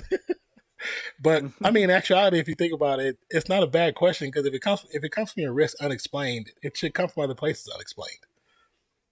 Hey man, if you can crinkle your toes like that, you might shoot some stuff in his toes. Well, the cool thing about this scene is there's a moment, because in real life, Garfield Spider-Man has gotten the most hate out of all the Spider-Man. So in this moment, that's my favorite. Yeah, in this moment, Garfield is talking about how he's not cool, how he's not, he's kind of like the odd man out, and Toby is telling him like, no, you're amazing, and it's funny because he's saying amazing, which he is the amazing Spider-Man. He's that version of Spider-Man. So it's funny that they're telling him that, and it's like, it's almost like what fans want him to know is like, no, we appreciate you, we love you for what you did. It sucks. The things that happen that cause you not to have your third movie, it's partially his fault. It's partially Sony's fault. Because he opened his mouth and said some things that he shouldn't have said. Sony took it to heart, and that's what happens, basically. Right. So it sucks, but we want to appreciate you for what you did. It's also, I'm sorry, it's also, and this is how I took it as well, is just kind of like a joking sense on like people that have made the comment that Garfield is just too cool to be Peter Parker, which is true. It's a valid argument, but it's also kind of a joke on that they realize it. They realize that he was portrayed to be a little too cool, and it's like, nah, bro, you're cool. Like you're cool, and it kind of I wouldn't say a rub on the face, but it's kind of just like a hint and kind of like a joking like back and forth with it fans definitely where could it's be. like It definitely can be. yeah. And that's how I took it, and it, whether it was or not, that's how I took it, and I thought it was great. I thought it was funny how that was. Like, I mean, I appreciate every Spider-Man from their own aspects, like which made all the movies, which made all the movies great. Well, I mean, the one thing what I've always told you and other people when I've had discussions on stream or just in chat rooms or wherever anybody want to listen to me talk about it, I appreciate each and every one of them for what they have brought to the table. Now, Toby, when he came to the table, he was the, from my time period, from my generation, he was the only one that existed. So, of course, we loved him because he was on the big screen. That's a lie. You had the guy from like the 1970s or whatever. That's the 70s. He was Spider-Man like way before. He was great. He was great. No one even knew he existed. He should have been in the movie. Well, if we see if you haven't seen that, guys, make sure y'all go pull up. Just go pull up Spider-Man 19, and then it'll pop up. Go watch some clips. It's great. Like 1973 or something like that. Some retarded. It's funny. It's a good laugh. I mean, he was the first one, and for somebody like myself, who one of the first comics that I ever purchased myself as a kid was Spider-Man, that was big to me. Now, I always felt that there was things about it that I wasn't like 100% sold on, but it still was Spider-Man. It was Spider-Man in its essence. Like I was happy, excited. Uncle Ben's death and Aunt May and the Goblin and all these characters that were trying to develop. It was very bright. It was very Sam Raimi-ish. It was very big time, over the top, too colorful for what it should have been. But I still loved it. You know what I'm saying? Garfield. Yeah, of course. I'm one of the very few or many, whatever however you want to look at it, that say the problem I had with his Spider-Man was I felt he was cool, but him in the suit was probably one of the best iterations of Spider-Man that we've ever gotten. Yeah, I love every comic strip that you see like on the internet and stuff like that. Like again, like I haven't been a big like comic reader and stuff, but like strips that I've seen online and like the joking strips where they show like him like making jokes at the enemy wherever he's fighting at the time. It's like that's what Garfield did great. Like every single scene, like when he was in the suit, it's like that's exactly what you wanted from the very first fight with one of the guys that was trying to steal the car, and he's like, "Oh my god, a gun!" Cool. He's like, it was great. And that's what that part of him I really, really, really liked because he felt like Spider-Man in the essence. Now him outside of the suit, he's just a cool looking dude. No. He's making out cool. on the bleachers. He's showing off and stuff like that. Yeah, and there's nothing wrong with that. He's just he's another version of Spider-Man. So like I said, we have that scene, and then they talk about just them and their experiences, and when Electro shows up, Sandman shows up, and Lizard show up, they kind of go through this motion to start fighting and stuff, and their webs are crossing, and they're running to each other. It's kind of chaotic, all off sync, like super off sync. And then you have to realize, Spider-Man's one of the very few characters in the Marvel universe that really is a loner. Like he's actually a loner. Right. He might have participated in so many other, like he's an honorable member of the Avengers. He's an honorable member of the X-Men. He's an honorable member of the Fantastic Four. Like he's a member of all these different groups, but he's really still just a solo character. He's a solo act because he's really always considered himself about saving the neighborhood more than saving the world. That's what he looked. That's why he calls himself Neighborhood Spider-Man. So they go through this phase where they're trying to fight and it's just not working out, and then they stop, and there's a moment where they're trying to figure out, okay, how do we fix this? How do we fix it? And so anybody worked with a team, like he's like, like I think Toby said or Garfield said, anybody work with a team. And Tom was like, "Oh yeah, I worked with the Avengers." I don't want to brag. I don't want to brag, guys, but and it also like we skipped over a part whenever they were talking in the laboratory and they were talking about, or it might have been or on top there as well, where they were like, so like what's like the most like crazy people that you fought? And they're like, Toby's you've seen them. He's like, I also fought this like black gooey alien thing, and then not the and then Tom venom. comes in and he goes, yeah, well, I fought some alien space once, this big guy, and Garfield's, oh, I wish I fought some aliens. I fought some like crazy Russian in a rhinoceros, in a rhino suit. Yeah. I thought that scene was funny too. That was on top of the Statue of Liberty. I grazed over that because I was talking about the webs. Yeah. But that's another nod. What I was saying earlier when they're talking about possibly giving Andrew a third movie, and people were saying, "Oh, why don't they put Venom in his universe to have him fight Venom because that would be his alien that he always wanted to fight." But they could, but I don't know if that's what they're going to do.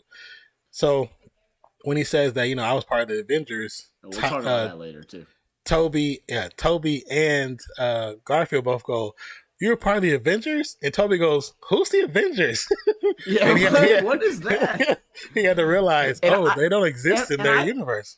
And I thought that was interesting too, because you do have you remember the one scene in I think it's the second Spider-Man, when is either the first or second Spider-Man, whenever they're trying to come up with like a name for one of the villains or whatever it was, and they're like, what do we call Doctor? Yeah, it was the second one. They're trying to figure out Doc Ock, and they're like, Doctor Strange, nope, taken. So it's like those people are involved, but they never escalate to anything in that universe. Yeah, no, they never escalated anything because they never really got a chance to.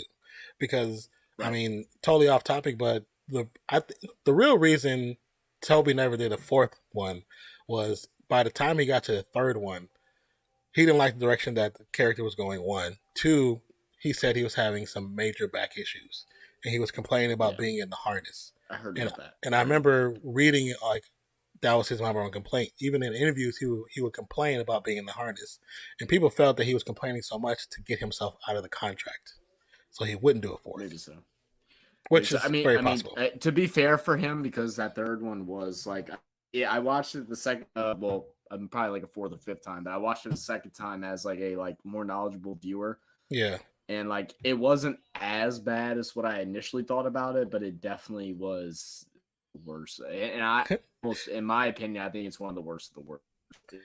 That's my opinion, though. Emo Spidey. Oh, that was disgusting. I hate it. That is cringe. That is the first hashtag cringe. I'm gonna be honest. I paid to go see that movie, and that's the first movie I ever wanted my money back. And I was like, this is horrible. I'd rather go see Batman with nipples. I'd rather go see the nipple Batman with George Clooney. But so it's interesting to see what's in each person's universe, because neither of them have the Avengers, and we know it's because they never really got a chance to establish their universes. So who knows what will be there? We know they have Oscorp. Right. We know they both have Oscorp. We know they both have Octavius. We know they both. They might not have had to fight the same villains, but we know they have them there continuously. We know that because that's the Sonyverse. But they don't have anything else because it never was developed. Right. So once they figure out that... Go ahead.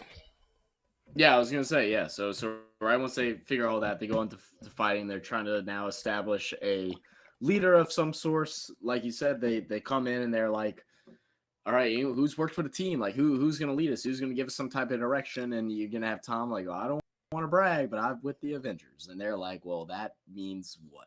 That means nothing to us. Right. Like, well, that's real cool. What does that mean? That'd have been cool if they could have got us to see what the Avengers were. Like, oh, you play with them? Those are your friends? Why are they here? Right. That would have been funny too, yeah.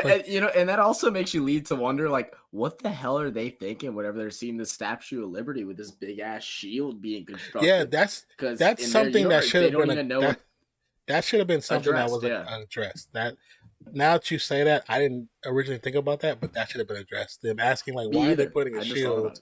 Why are they putting a shield on there? And then he would have been like, oh, that's for Captain America. Captain America, and of course because he just got off his phone from doing the video, he could have showed them videos of Captain America, Iron Man, Thor, Incredible Hulk. And you still would have had the same joke of like, you would have still had the same joke of like, who's Captain America? And he'd be like, the Avengers, duh. Like, you don't know the Avengers? And they'd be like, what's that? You know, it'd be the same joke. Yeah, they could have let it in with them asking why the shield, because that would have made sense.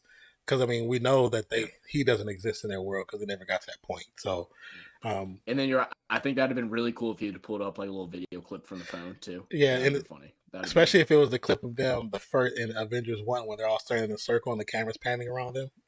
That'd have been the perfect one. Like show them that scene, they'd be like, those are your friends? Why aren't they here?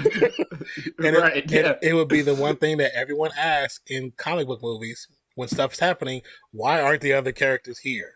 Like, everyone always asks that. And that would have been a perfect line for Garfield to say too.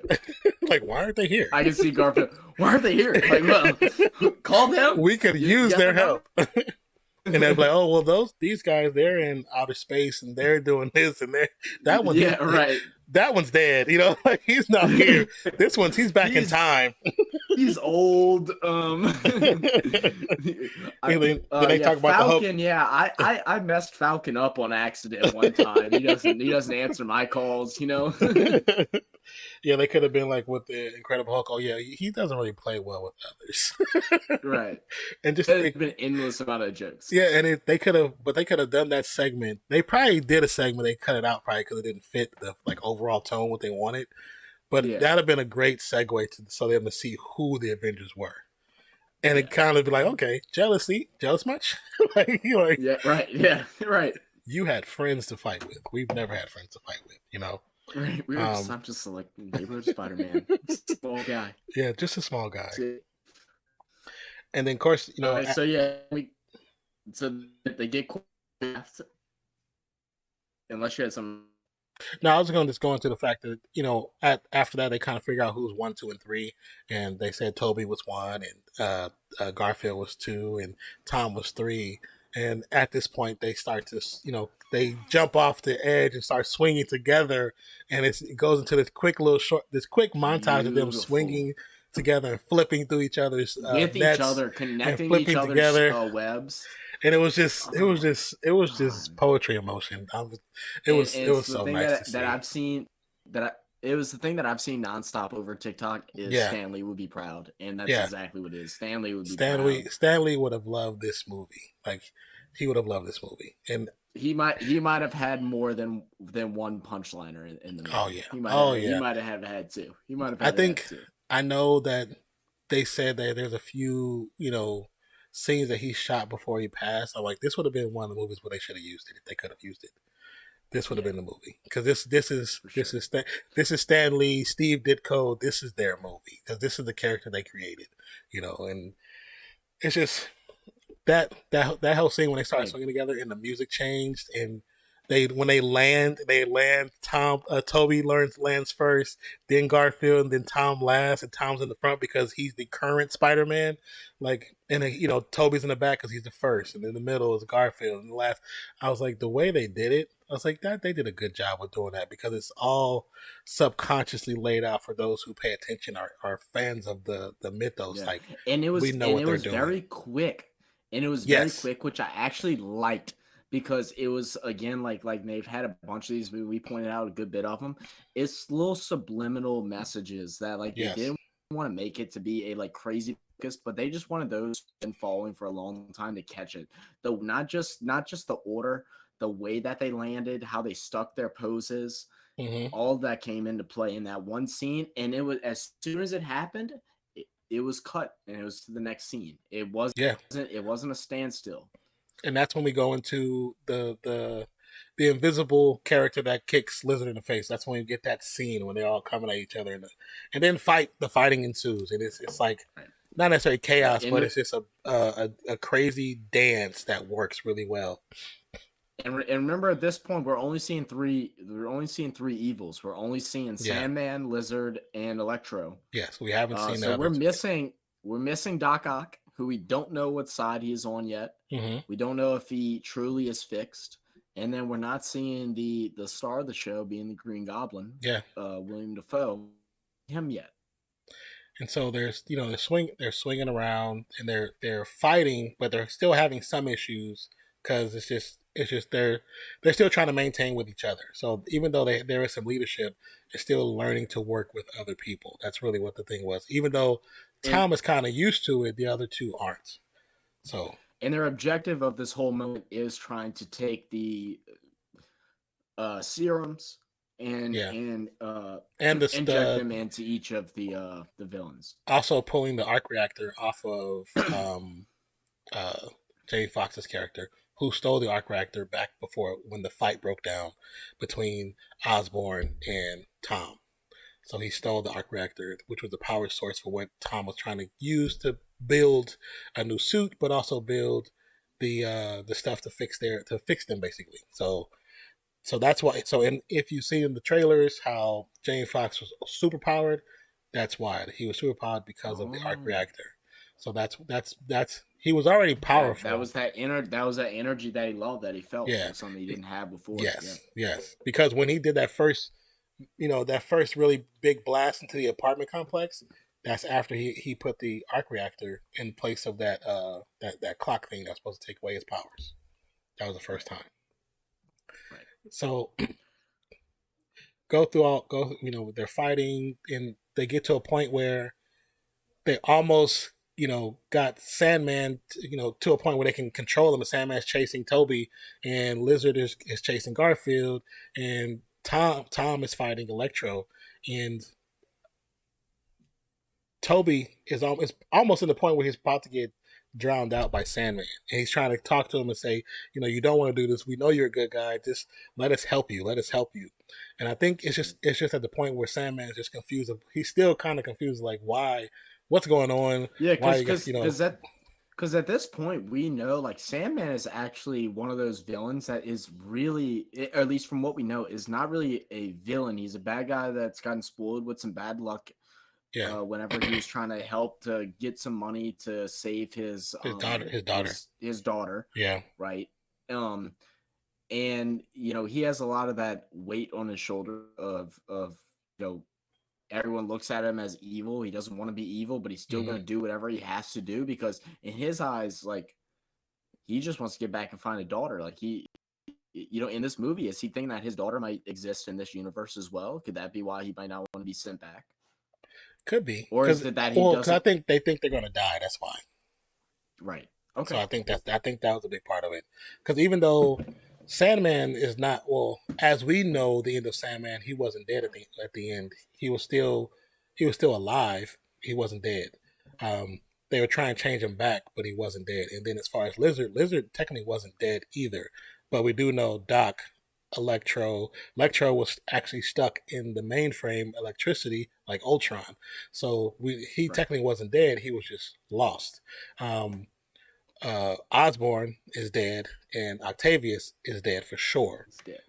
So, I mean, but them saying that those characters died is to assume that they came into contact once again with Spider-Man and died in their respective universes, which was probably a smart move to write it that way. So if anything, that's the conclusion. Like, okay, that's because them saying, "Well, I wasn't dead," because then that would change how the story was written. So they're saying, "Okay, well, they weren't dead when we last saw them, but they did die eventually because of them coming in contact with Spider-Man." So, I mean, they end up saving Sandman first, and then they get to Lizard, and Electro is pretty much like the last one. And that's where Octavius kind of arrives, as Electro has Garfield, I believe. He has Garfield strung up in his electricity, and he's shocking him. And at this time, freaking, who is it?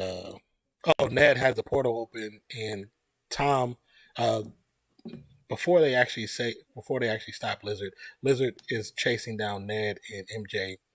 Tom goes to help, and he goes to the portal, and they're fighting in the school or wherever they were. I think they were in the school. They were in school, right? And they're fighting in the school while they, in the process of trying to cure Sandman, which is about to happen, and then Octavius shows up behind Electro, and he shows him a part where you're not sure if he's good or bad, and then he flips the script, and he actually is a good dude, because the nanotech is I still was nervous working. at first, man. Yeah, I was really big thought time he was going to nervous. come back evil, and I was like, Yeah, man, I was like, he's not going to be bad. I'm like, man, because again, like it's one of those characters where he was good. He was doing things for the greater good, but yeah, with the technology. Yeah, the technology that was added to him, it brought out more of this evil side and this darker side of him.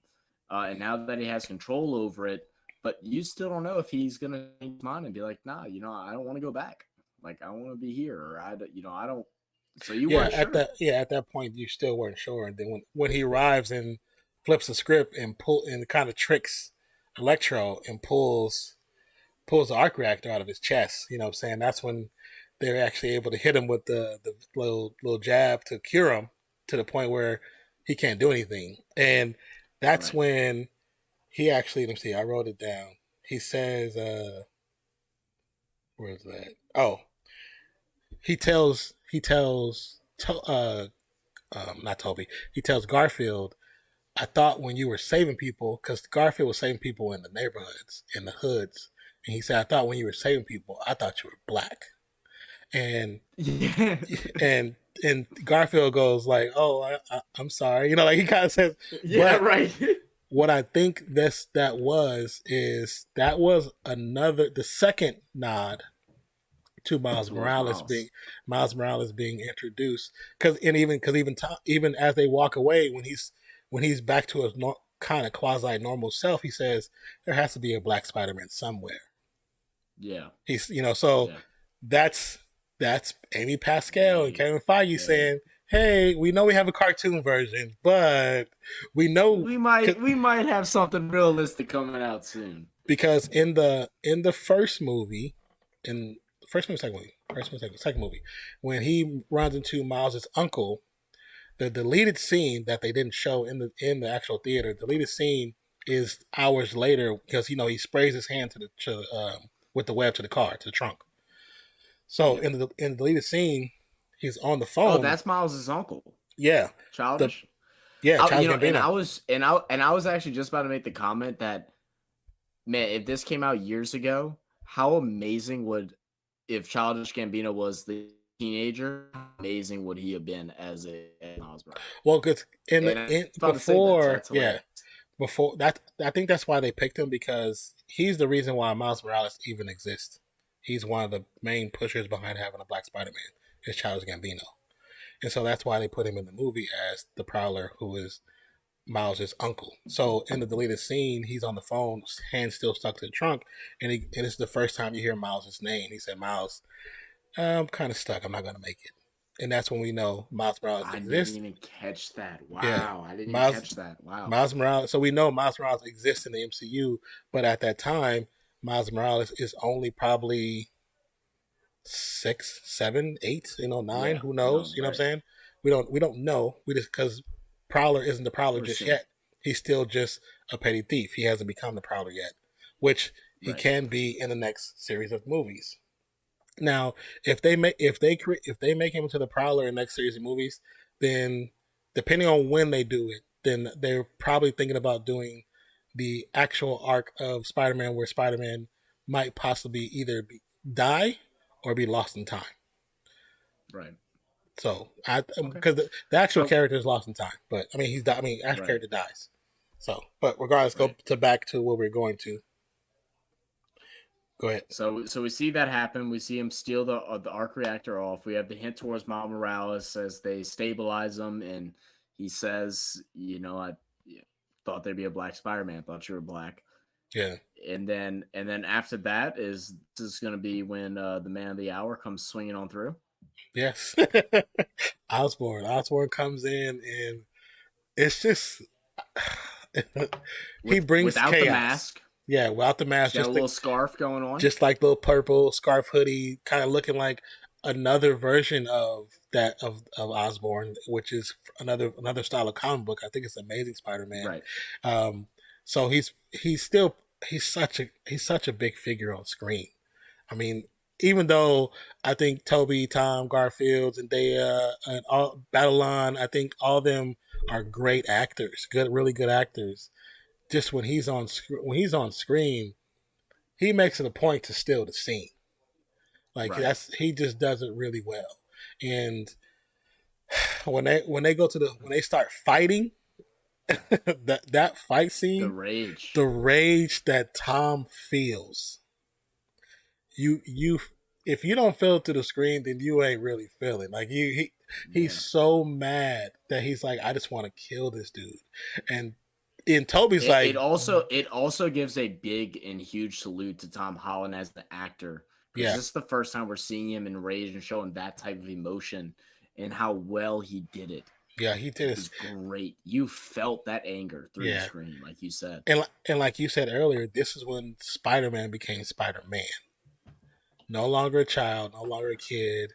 This is It's when not Iron Boy no more. This is when Iron Boy became Spider-Man, and when he goes to almost kill him, he picks up his glider. When he picks it up and goes to goes to like stab him and slam him on it at the same time, and Toby jumps in the way to stop him. I was like, that makes And sense. his rage, he was willing to Oh yeah, go through he was Toby. willing. Yeah, he was willing. He wasn't worried about it. He wanted his kill. He was Yeah, that angry. He didn't care what he had to do to get to it. and I think Toby at that moment, even trying to stop him, understood that rage because he had that same rage when Uncle Ben died. Ben died. Yeah, he is ready to do the deed to the robber who he assumed was killed Uncle Ben. Yeah, And I would say Toby did that anger scene very well too. There was only 2 or 3 of those scenes where you got to see him really mad.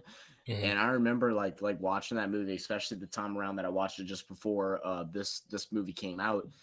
And I'm sitting here, I'm like, damn, I was like, he's pissed. Yeah. He's pissed. They wasn't holding their punches this time. They wasn't holding no punches. No. And to see freaking Defoe just smiling, taking those blows to the face. And Spider-Man is strong. Because the only thing that Defoe wants more than, like we said, than the death of Peter Parker is the destruction mentally, physically. Yeah, to break him. Yeah. And so to see 2 Spider-Mans going at it too, like not going at it, but like batting you, he loved that. He's hoping that Tom is going to kill Toby. Oh yeah, because then I don't have to do it. I have you do it for me. Right. So, and then in essence, he's trying to. Toby stops him from, killing him with the glider, pushes it off, and they have that look and kind of quick talk. And in that moment, Osborn shanks Toby in the side, and in your head you immediately think they're not going to kill him off, are they? I was like, bro, if they did that shit, even though I thought they were, everyone was going to hate the movie, bro. I kept it to myself. But just like I predicted Iron Man's death. I knew he was going to die. I said he's going to die a year before the movie even came out. I had a feeling that they were either going to harm or maim Toby really bad or kill him. Because I'm like, I know people don't want to see that, but it would make the arc that much better. Like it's just as a comic book. Not a movie. They couldn't kill him though, bro. Could you imagine the nostalgia people that would never watch another Tom Holland movie? The people who feel like he's still the greatest ever, they would be so irate. And I think Feige knows that. Pascal knows that, so they wouldn't do that. They wouldn't do that for sure. Even though it'd be an amazing death scene. It would be. So then we're gonna see. There's a Garfield that comes and swing in right behind him. I believe so. Yeah. It's just kind of like they. Oh no! So he throws away the thing. Then a quick movement and Toby jabs him to cure him. Remember, he jabs him in the neck, and that basically cures him. So at that moment, everybody's kind of like in getting curing and coming down off of their villain high. He said, "Wait, did you say?" We're not supposed to be talking to you, but like Skylar, come on now. You've watched the movie. Like I know you're behind, but you watched. I'm about to say you see that thing says spoiler warning. You've definitely seen that. Yeah, right. Okay, all right. So go ahead. So he jabs him in the neck. Gives him the cure. It wasn't Toby that. I don't think it was Toby that jabbed him in the neck. Toby. I think it was. I feel I like it think was it was Toby. Garfield.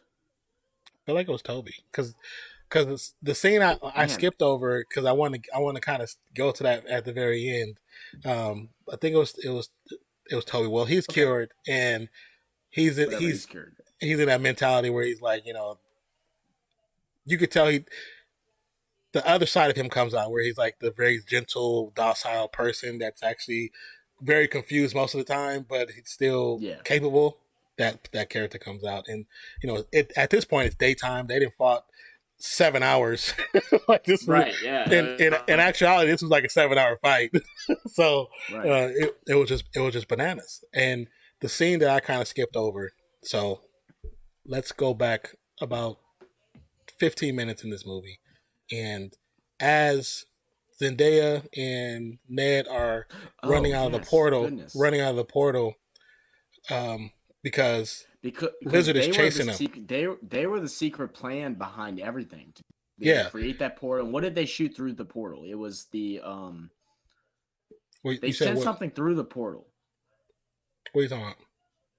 So when they created the portal for a reason, what was the reason for creating the Well, portal? that portal was them coming from the school to the statue, basically. Okay, and and then and they they just just weren't. They were having they trouble couldn't closing they it. couldn't close it. Like he couldn't close it, and so Yeah.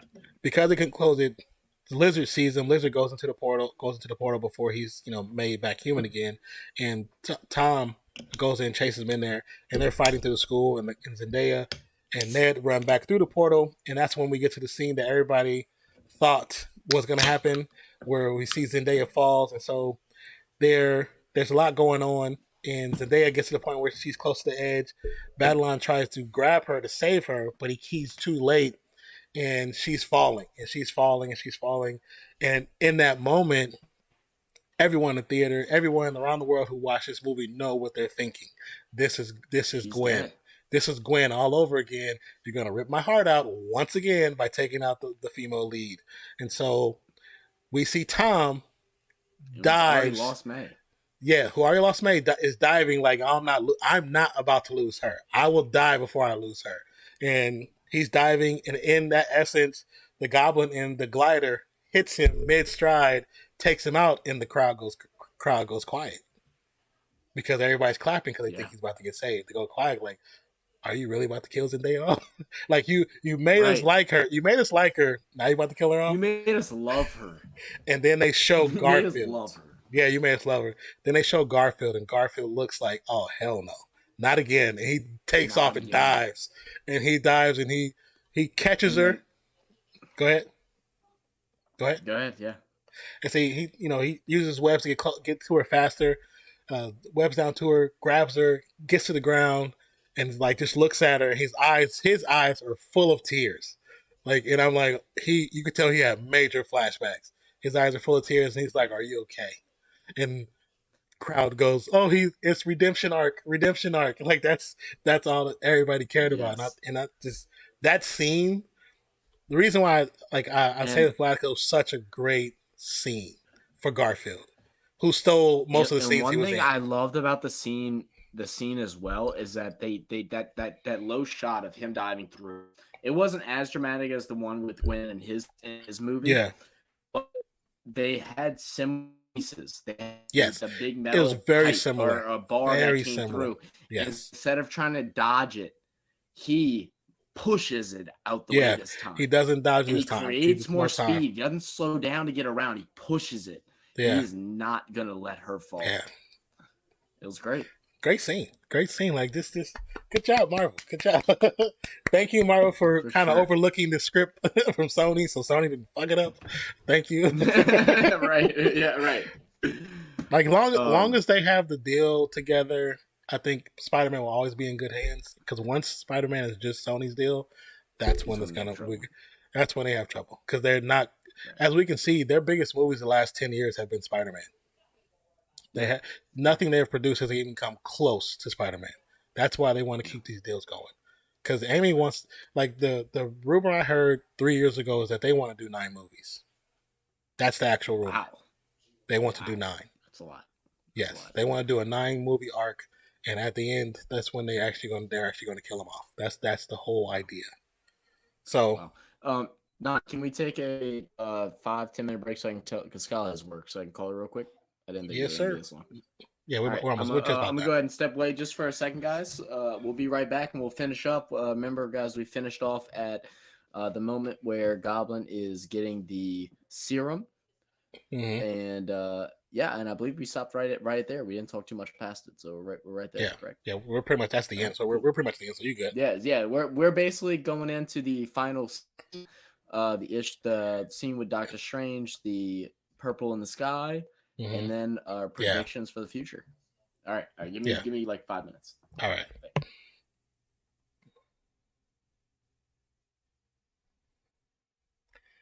Woohoo! This has been pretty cool. This has been really cool. Very, very happy, Skylar. I know you've seen those movies already. Don't come here with all that craziness, woman. But thank you for coming here. I truly appreciate you. Thank you. Let's see. Let me check the other pieces.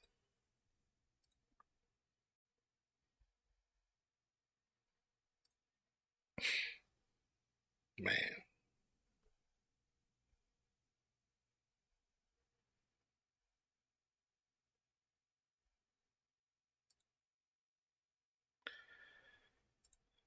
This was one of the better Spider-Man movies that they've made and created. Um, overall, I think it's up there. I'm debating on doing I'm debating on doing a freaking like tier list of top Spider-Man movies from top to bottom, S tier to what is it, S tier to F tier? Kind of thinking about doing that. I think that'd be interesting to do. But what I want to do is actually go back and rewatch them again,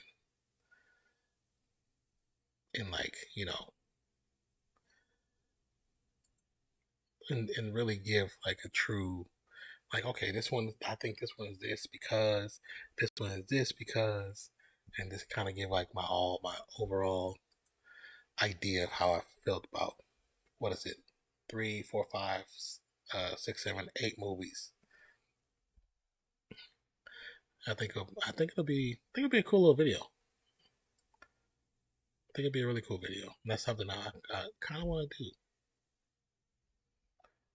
But thank you guys for those who stopped by. Truly appreciate each and every one of you. All of the information for Zach's profiles for myself are in the down below. If you're on whatever platform, if you press exclamation point um, levels, you'll have his information, and then exclamation point socials for myself or social for myself. You get all my information. Um, yeah, this has been a really fun. It's been a really fun video. I've definitely enjoyed it, and Yeah, this also, been good. I've enjoyed this. yeah, Lot. I've I enjoyed this think we too. definitely gotta we gotta I think we definitely gonna have to, if we decide to do like more podcast setting when we record, we're gonna have to like maybe write out some like points Mm-hmm. because we definitely don't want a podcast to be 3 hours long. Oh yeah, I'm gonna cut some stuff But out. So.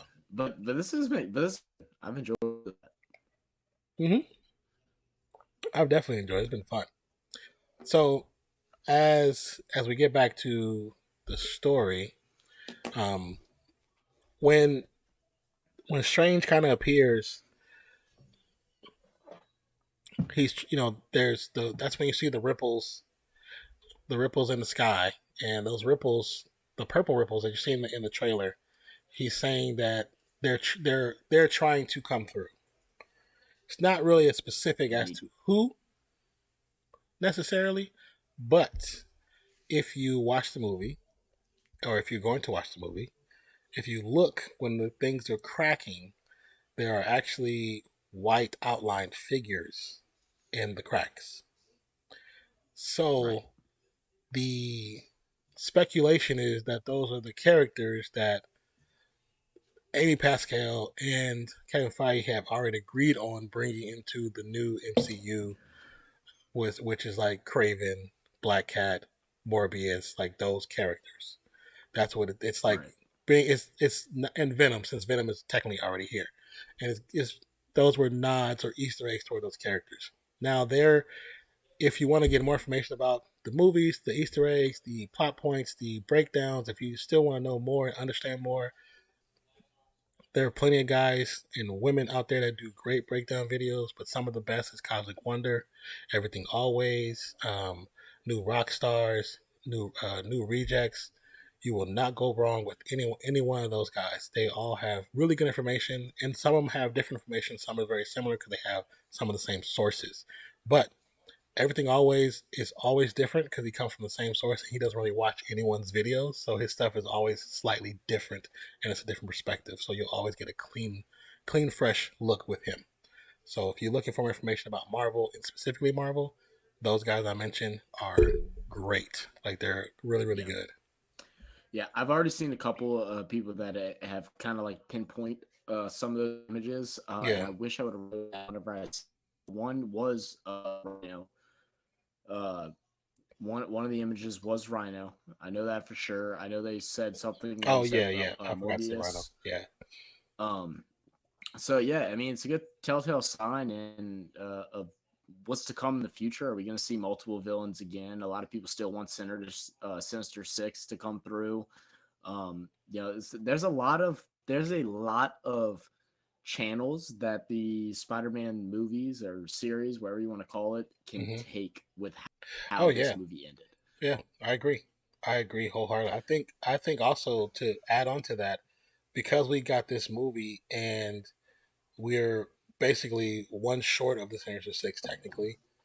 Now that they know they can do it and they can tell a good story, bet Add one on them more. doing a Sinister Six, because now they're like, Right. oh, we can do it and tell a complete story and Right. have great action. Right. So bet on them doing that in this next.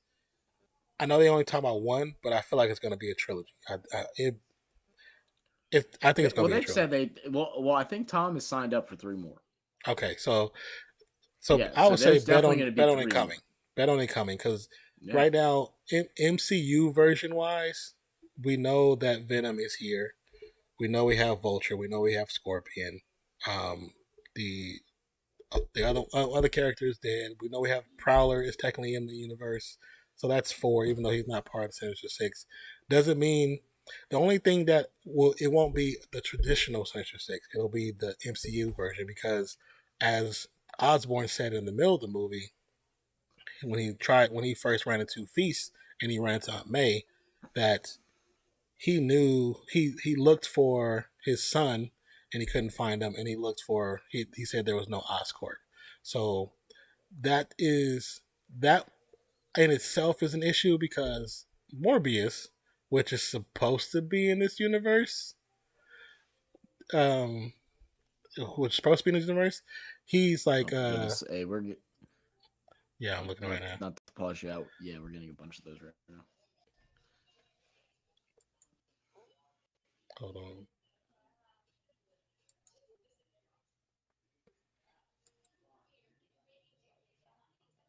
Okay, so Morbius is supposed to be in this universe, but because there's different conflicting ideas in his movie, in his trailers, I don't know if he's really in our universe. I think he might be in Garfield's universe, to be honest, Right. because he showed Oscorp. MCU doesn't have Oscorp. They showed on the wall the Spider Man. That was Sam Raimi's Spider Man, and I know that was a PS4 Spider Man, so that wasn't the same character. So I don't know Right. if that's a reference to them making a Spider Man game in that universe, which there has been no mention so far. So I don't know if that's a thing. So I don't know, There's but a lot what of makes open. it weird is that Vulture is in there. Vulture, he sees Vulture. They talk to each other. So it's like, is this just a variant version of Vulture, or is this the Vulture from our universe? And the worlds are actually colliding, and the Morbius takes place its own collide, but after this movie takes place. So therefore, Oscorp will exist because the multiverse is collapsing. Right. Yep. So And that's I don't something know. we can talk about. We'll talk about more on that, like right at Yeah, the end, because as we go through the cut scene, or I'm sorry, the credit scenes. yeah. So let's get with the movie. Okay, Tom, so if you agree with me. yeah. So after they've cured everybody, he's fighting back the like I say, he's fighting back the eruptions, the breaking. They're saying that somebody's going to come, and so Tom realizes what he has to do. They have to actually, you know, Right. do the And actual Strange spell. is yelling, I can't hold them. I can't Yeah, stop them anymore. yeah. It's become too strong. Okay, you can say it. Talk about it. I'm gonna erase these. Okay. Yeah. He goes in, he says, it's too strong. I can't stop them anymore. And this is also another big transition from Tom becoming Spider-Man and making the grown-up decision of saying that, well, what if you make everybody forget me? Will that stop this?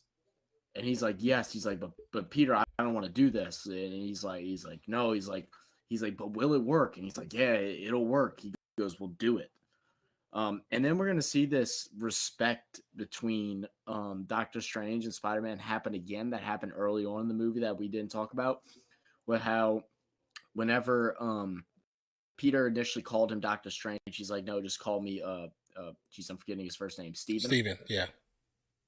Yeah, he said just call me Steven. And then whenever he messes up the initial spell, he's like, oh, Doctor Strange or Mr. Strange. Yeah. And now we're seeing again of where he calls him Mr. Strange, Doctor Strange, and he's like, no, you can call me Steven. He got his respect because this is that transition of him being the young kid, high school kid, to becoming Spider-Man, a man, growing up, making grown-up decisions for the better good of the world.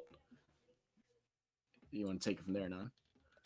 I mean, it's pretty much just where you see all the respective characters from the different multiverses, and it's the nod to all the characters. We see them start to fade to go back to their universes, and so we don't know what to expect because we just assume because they're healed, maybe they're going back to a better environment, especially since their Spider-Man was here and know the situation, so they can vouch for them being better people or good people to help them. So that's what we are, assume. So you see Lizard go, see Sandman, and like I said, like we said in the beginning, their footage looked more so like it was from the original movies that they were they came in.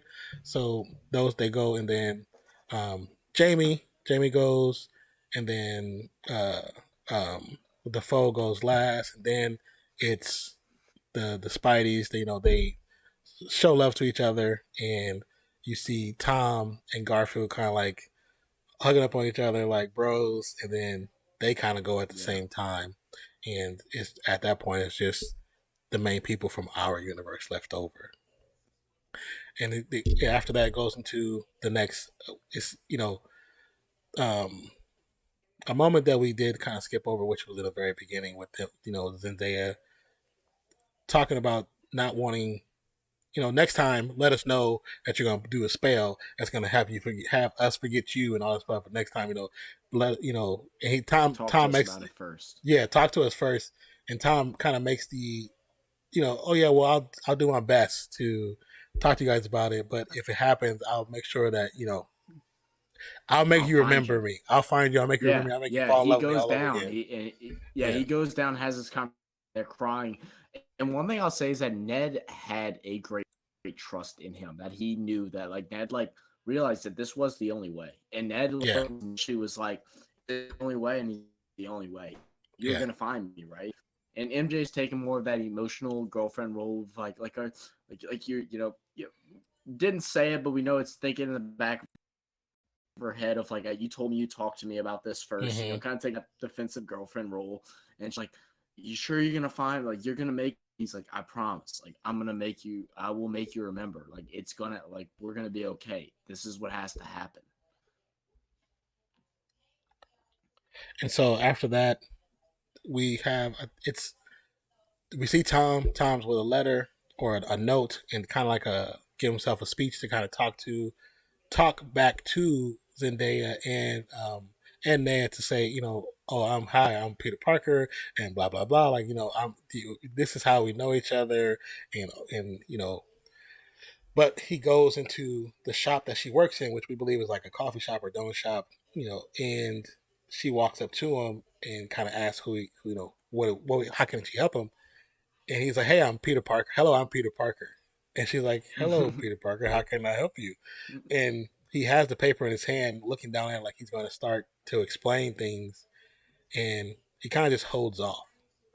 And he Yeah, just, and I guess, kind of to save it. Ned Yeah, walks through, which also yeah. stops him. Ned comes through, and he's kind of almost starstruck and like in a gaze, and he just kind of follows him as he comes through, and just like, oh crap, I didn't expect to do both of them at the same time, which also could kind of be a part of why it caused him to stop saying what he's going to say. I think it was more so just him seeing them in a good space because they both were at that time. They both were in MIT, and Right. he was like, "Okay, their lives are better than what they were with me." And then, if you notice, Zendaya moves her hair back, and she has a Band-Aid over her eye. And the Band-Aid is from where she got cut during all the craziness. And I think in his head, or where they wanted him to emotionally convey it, was like, I did that. Yeah. That's my fault. So Right. I think because of that, the man in him was like, okay, I can't do it this way. Either I can't do it this way, or I need to give them some time so they can just enjoy being normal for once. And he probably needs some time as well. Yeah, because that's It's a lot to process because right now, I mean, yes, yes, you're doing the whole deal of trying to bring yourself to change their minds that they've been for their whole lives at eating. You and me have been best friends since we're children, yeah. and it's like you just went through all this craziness, and now you're seeing these people. They don't know you, they don't remember you, they don't have any recollection, or no, I said it wrong. Recollection. How do you say that word? Recollection. Yeah, something like that. All right, but they have that of them. They don't have that of him, and they're happy. They're still where they're to be. They're going to MIT. Like I said their lives went in the direction that they planned on in the Yes, beginning of the yeah, movie of all going there. But he's not anymore, and he's not anymore because schools don't know of him, yeah. colleges don't know of He's him. been erased from everything. Yeah, Erased, and he's just a nobody. Which again is, I think, a good arc, or not arc, but a good point of who Spider-Man really is, and like the difference between Spider-Man and Peter Parker. Peter Parker doesn't want to be a nobody, but he doesn't want people to know him as Spider-Man. He wants to be just as Peter. He wants to be, roll under the sheets. yeah. He definitely wants to be. He wants to be, his own person. But at the same time, it's like the good thing about it, he gets his own fresh start too, like you were saying. And so the fresh start allows him to be able to not make the mistakes he made the first time.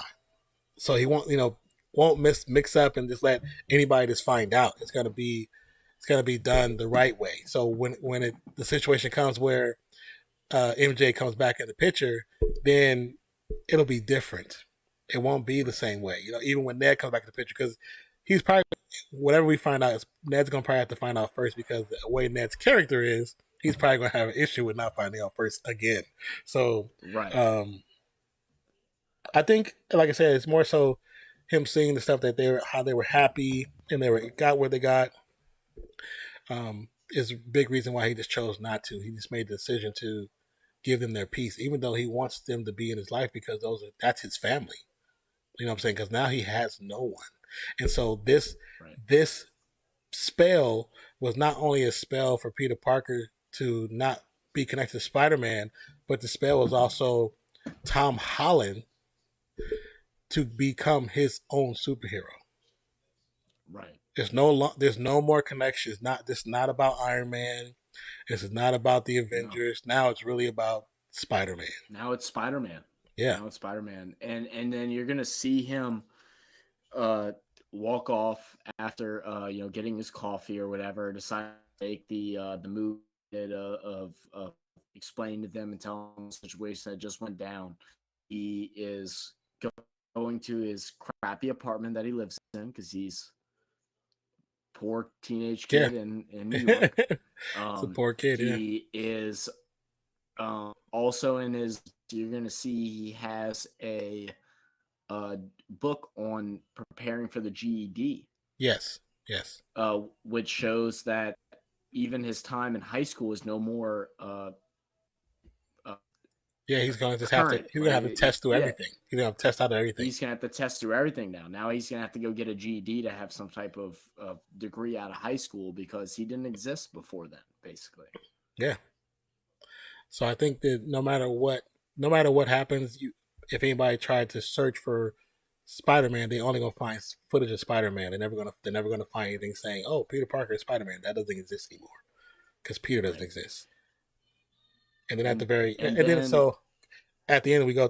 Are you going to the gravesite? No, I'm gonna stop right before the gravesite, and I'm gonna say another thing that we're going to see, and it probably ties in a little bit. Yeah. But it does. But another thing now is a Peter that all the other movies had somebody. Yeah. He had, had Aunt May. He had, some type of someone that he knew and that knew him. Yeah. And now we're gonna see a whole different, like, complete 180 from how they started off this version of Spider-Man to now.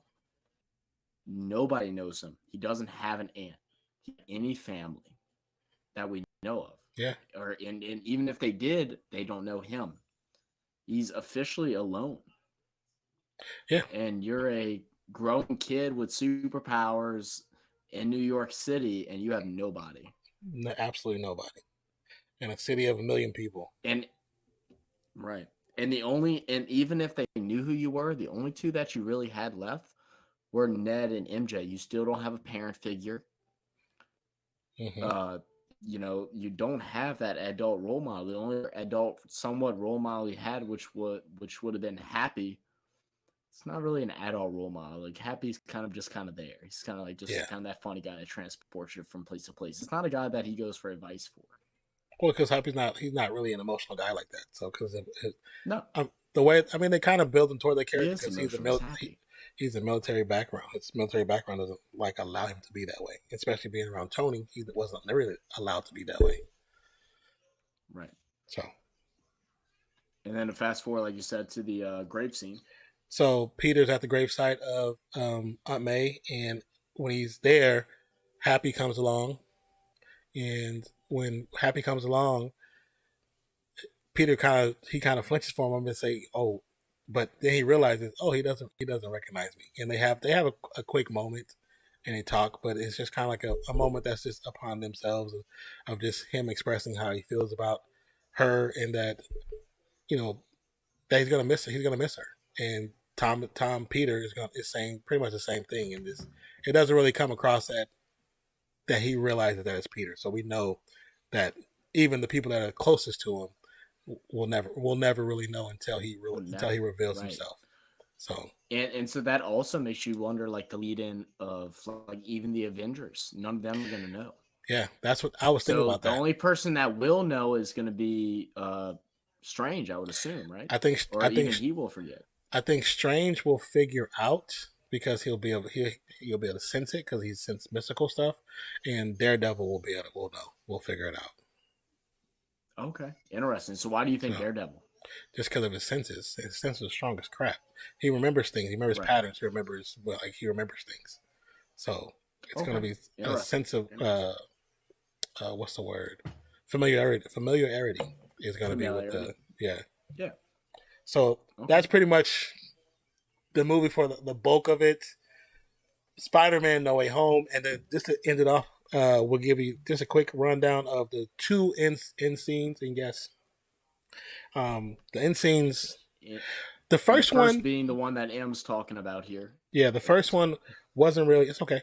The first one was a cool end scene. It was more so just Eddie Brock sitting at a bar. He's still in Mexico, and he's talking to the bartender, and he's kind of trying to wrap his head around everything that's happening in this universe. The Avengers, Thanos, everything that's happened, all the different characters, the Incredible Hulk, Thor, Captain America. And so the bartender is trying to explain to him that he's trying to explain everything that has happened in the last 10 years. You know what I'm saying? Right.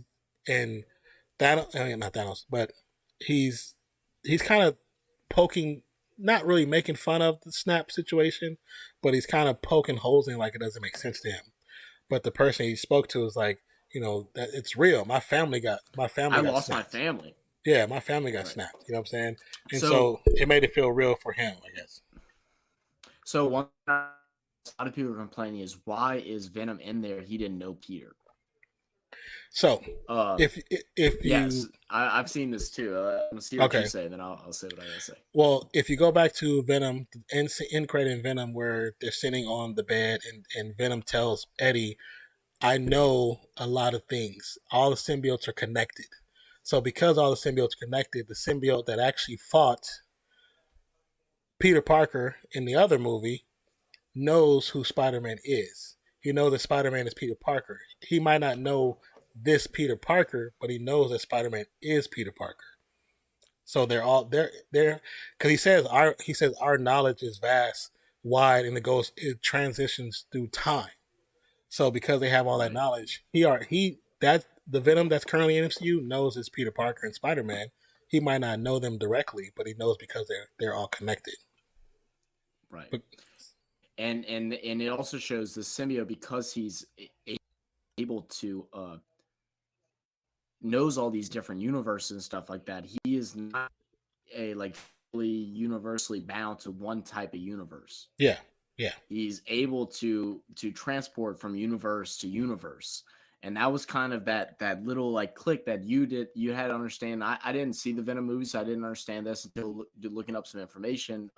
Just like how you said with him being able to do that, and that scene with him talking with Tom Hardy. He's able to transport, and that's why that little speck was able to be left on the counter of Mexico bar.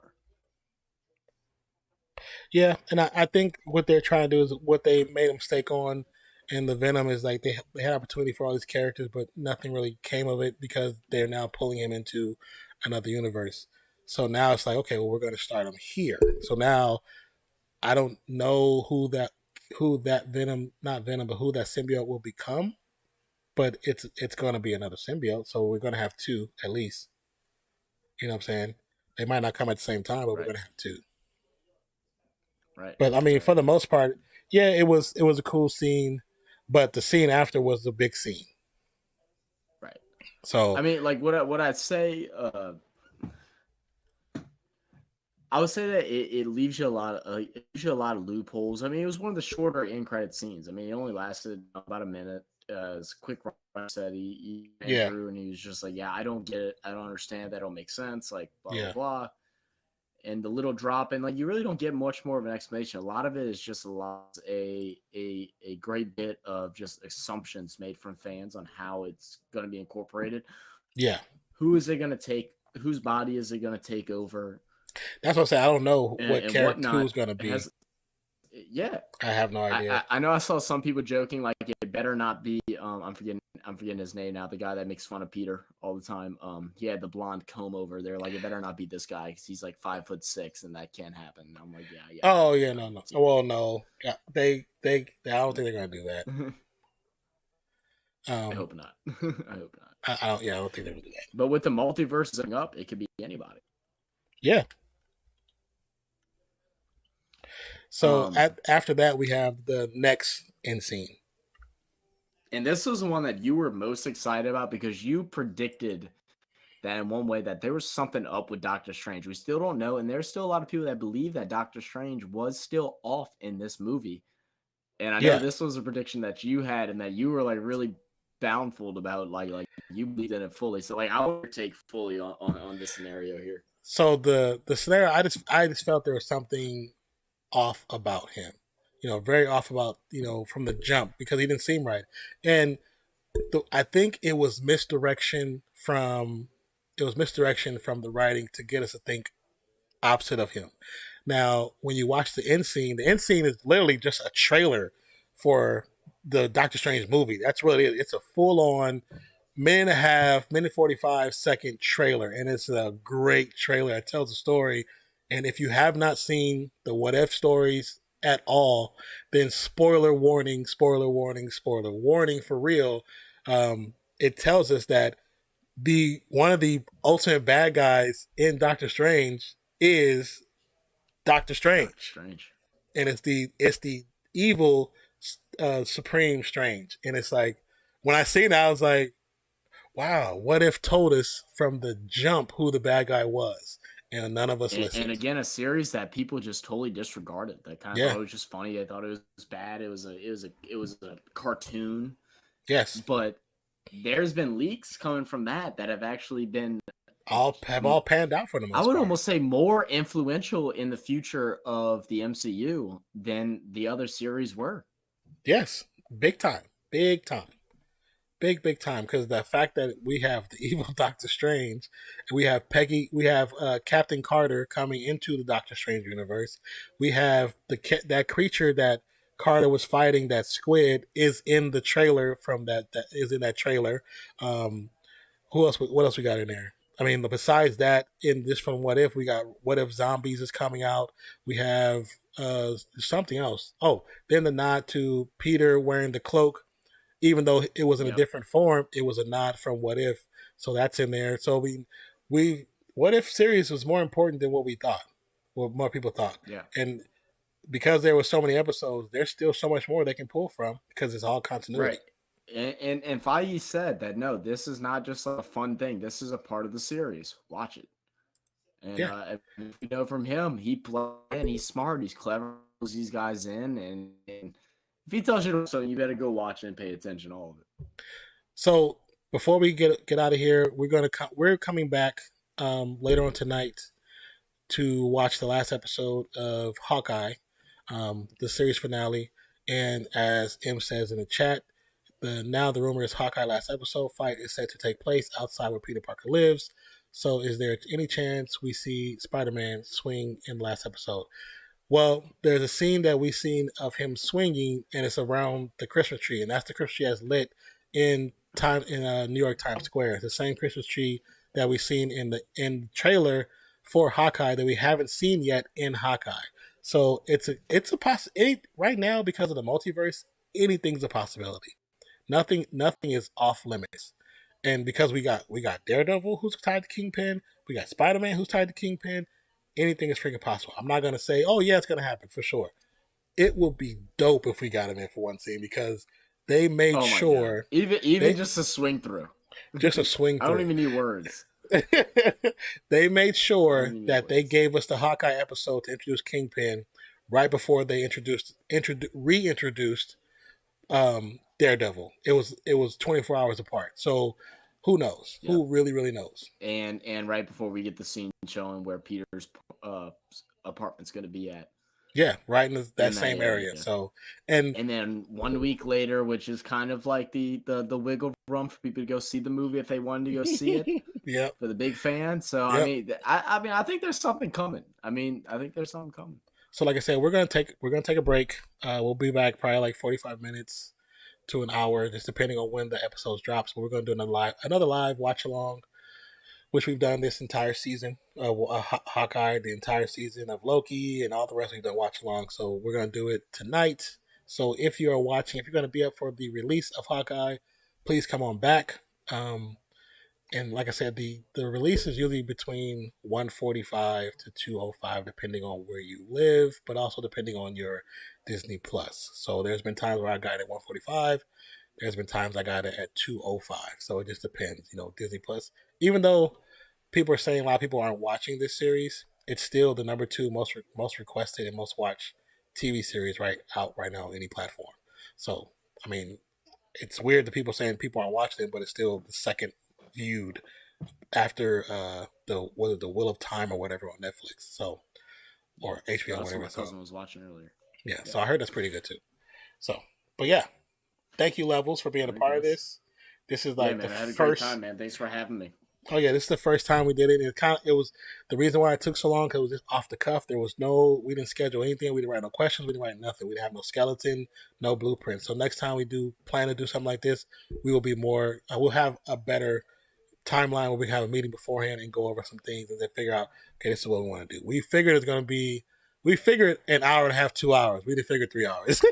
So yeah. This took a little while, but I had fun, man. I mean, for the first yeah. rundown, I mean, this was a lot of movie to cover. I mean, we got to remember this was a 2.5 hour movie with end credit scenes, and there was so much things to debunkle and come across, and so much exciting things to talk about. And I'm happy we were able to get it all done in one stream. Yeah. Enjoy the times that we enjoying. Because I learned some things from you, and you even had a couple things you learned from me, which I'm very surprised. It was pretty cool. So, I had a good time. Yeah. And then last question. Yeah, M's gonna say last thing I want to see. I hope next Tom Holland trilogy had to have the gritty and serious Spidey.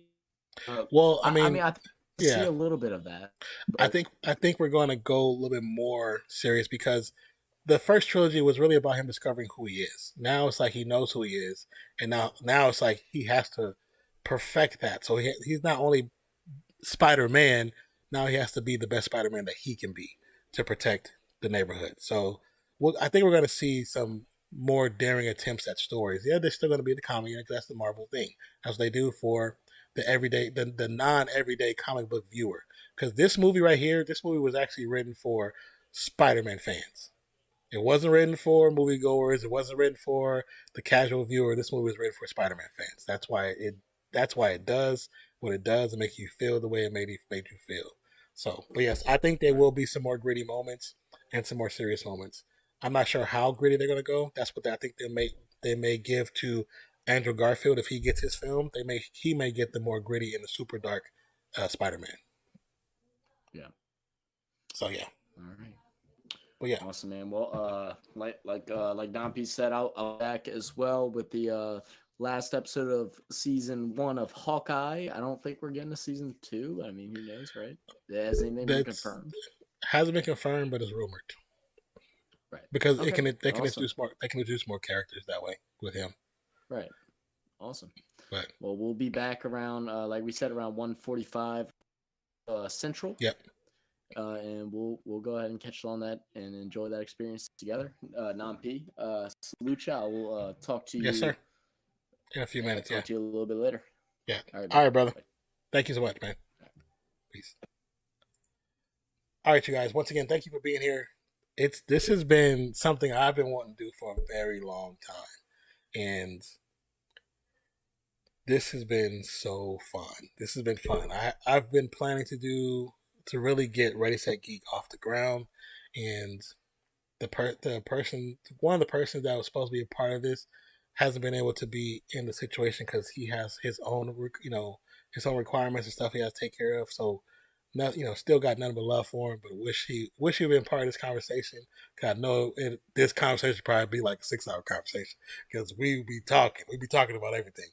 But I would like to say thank you guys for joining us here.